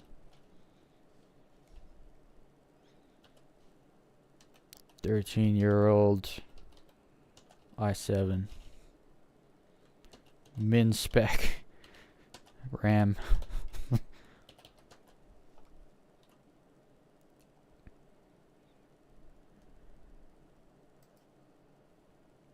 It's wild to me how people just automatically like point the finger at something and blame it, when most things are so much more nuanced than that. Dude, government school has completely failed. I don't even know how many generations at this point. I used to be a complete freaking moron. Most people find it hard to believe that I dropped out of high school. Because you don't actually learn anything in high school. Like, if you can read and write, what are you going to high school for? You're not gonna learn anything more, right? You're just doing some things so that you get a piece of paper so that you could go do the same thing again elsewhere. I realized when I was in high school, I don't want to go to college. So what? I don't need high school then. And I can read and write. So what am I? And then once I got older and more mature, I started to take interest in history and in space and in politics and in science. And then I started on my own independently studying into these things and looking into things and figuring things out and finding things. And through that process, I educated myself over time. Like, I learned words outside of high school that I'd never heard before. You know, it's like, how can you go through 12 years of school and then come out and there's still words you've never heard before and you don't know what they mean? So I started learning words. You start reading the dictionary and you're like, this is a real word, and then it means that, and it's like, how is this a thing? You know, like, how have I learned more outside of school over 10 years just based on my general personal interests than going to school for 10 years? You know, the government school has been such a failure. I don't think people actually understand how bad it is. But when you start looking at like the amount of 11th graders in certain states in the United States that can't read, like we're talking like 17% of boys in grade 11 in California can't read. I think it's even worse than that. I think it's like a third of them can't read. And when I say can't read, I mean like proficiently, where it's like read the sentence and tell me what it means.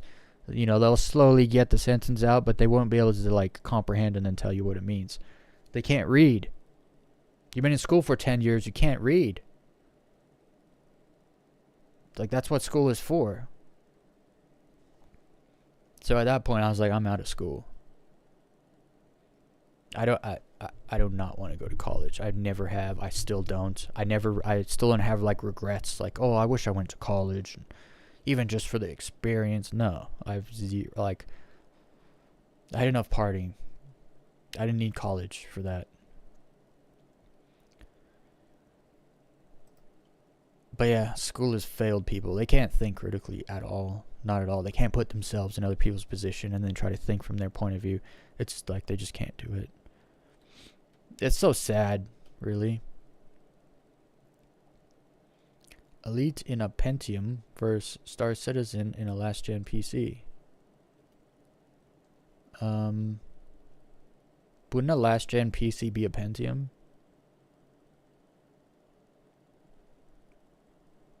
Food for thought. Both suck, to be honest, in their own distinct ways, but both games suck ass. If you think Star Citizen Elite Dangerous suck, what do you play? Call of Duty? Is that your jam?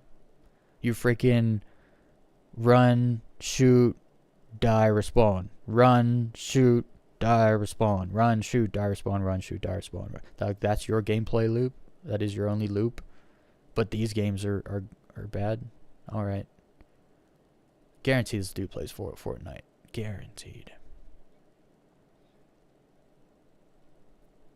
Is boring. See, this person is used to having their hand held and be told what to do.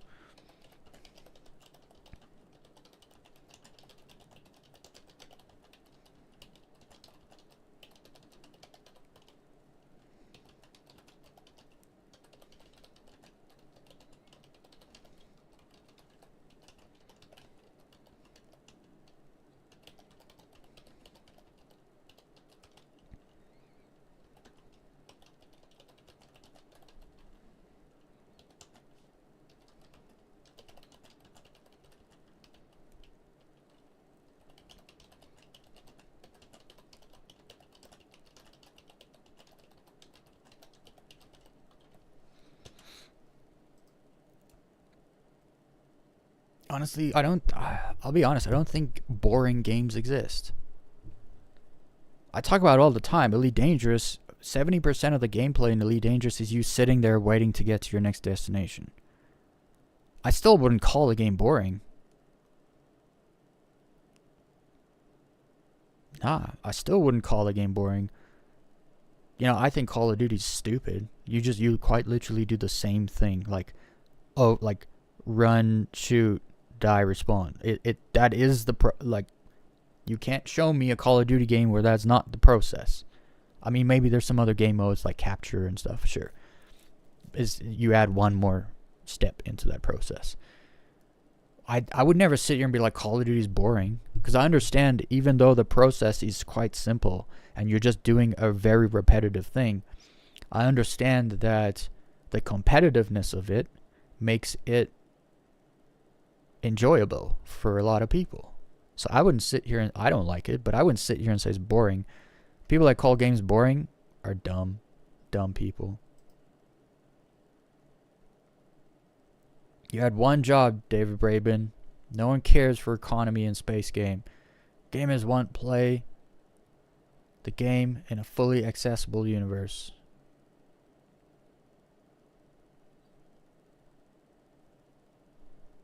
Sometimes I think people get Roberts and Braben mixed up and then they like go to town on the wrong person.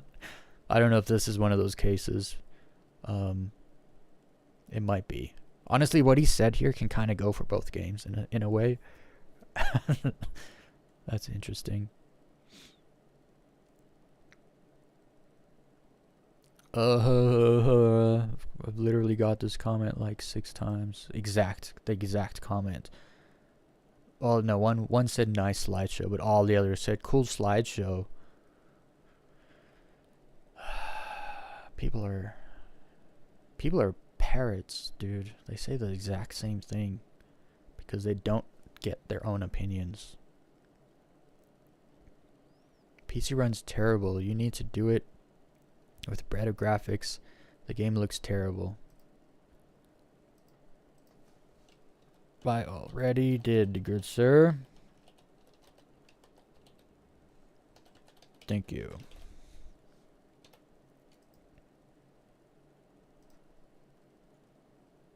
Are we there? We're there. We did it. I streamed for friggin' much longer than I wanted to, but I had to just get through all these freaking comments, dude. They just don't stop. And I promised myself a long time ago I'd reply to all the comments as long as there's less than 50 comments a day. Because you'd think you get through 50 comments. What's that, like a minute a comment? You get through an hour. No, that's not how it ends up being. I definitely used to I used to put a reply to every single one. Like this guy, he used to get a reply. But you just can't. You get to a point where you can't. See? Doesn't help this test is running on microwave. Yes.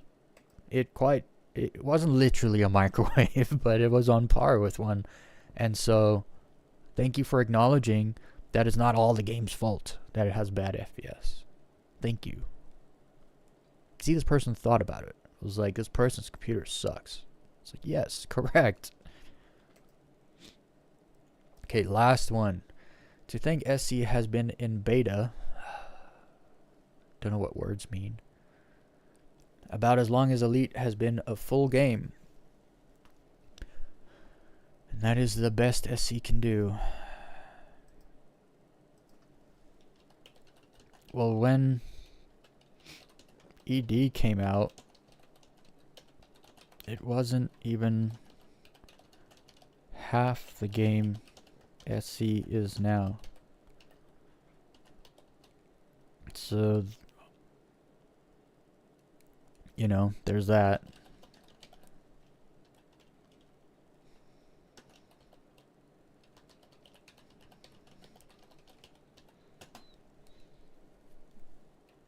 Also, it is in alpha, not beta. They are not the same thing. Because betas are usually demos. A beta is quite literally the game is finished, it's optimized, here, try it out before it comes out. Here's a little, you know, I always talk about the beta I played with Wildlands. Tom Clancy's Wildlands. I forget what it's called, the full name.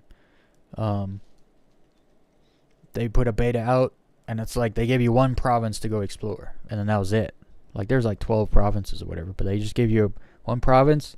You download the game free, and then it works for a week. You play it in that one province for a week or a weekend or whatever, and that's a beta. Beta, you could almost say beta and demo are synonymous. I could be wrong though, so we won't say that. But a demo and a beta is more of the same thing than an alpha and a demo, in my opinion. Like an alpha is not a demo. It is quite literally like the test version of what they are building. You know, it's like the test playground, like the PU.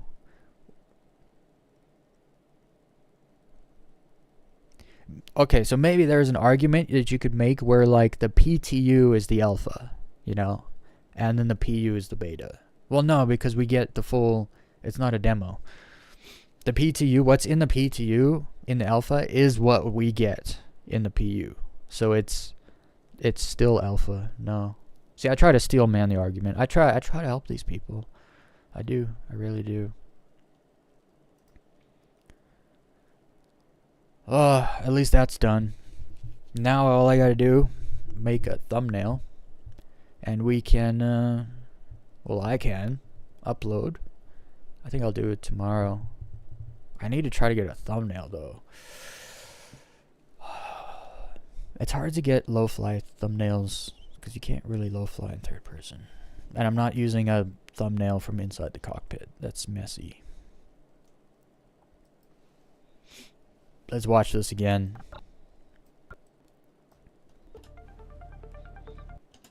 I think I'll do some sharpening and some like color correction and stuff before I render it.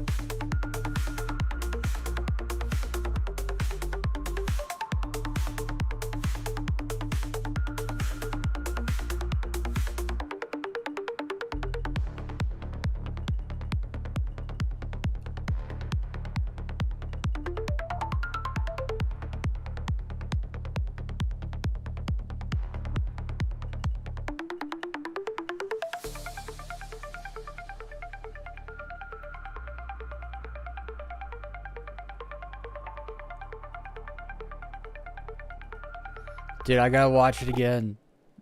It's so good. I find this part so good. It's just one massive turn, but it just connects. It just connects everything. Like it stays low onto the other side of the ridge. It's amazing. It was luck. I'll admit it. The topography just behaved.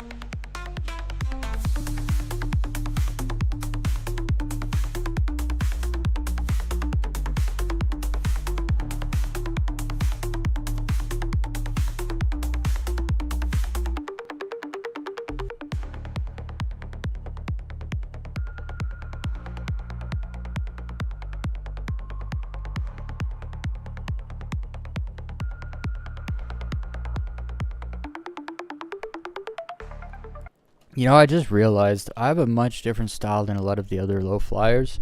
I notice a lot of the other ones, they always like dig their nose in, and then like I kind of dig like back.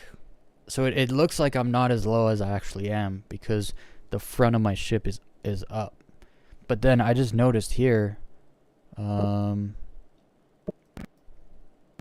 right here when I put my nose down, you notice how close you all of a sudden see how close I am.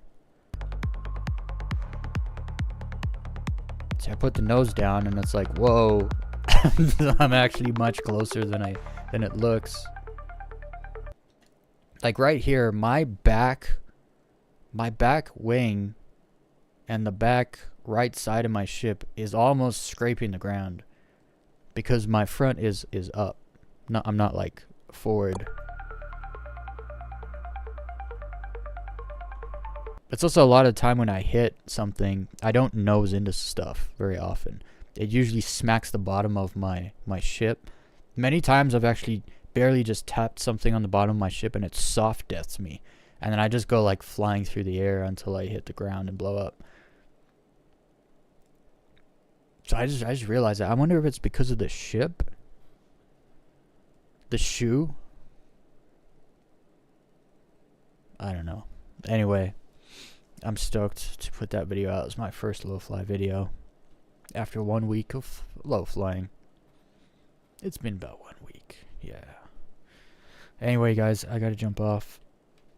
Tomorrow I'll have a full stream because I hopefully won't have to do PC updates. So that won't take any time. So I'll go live. Should be on time tomorrow.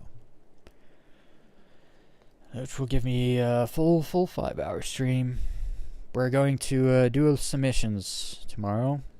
We're going to do some low flying tomorrow. That's going to happen. I can guarantee you that. But also, I want to make some money so that I can buy a Buccaneer. Take that low flying. Alright. Fondle the like button. Do the thing and the stuff. I hope everyone has a good day or night wherever you are. And like I like to say, don't fake a smile. Do something that makes you smile. Bye, everybody.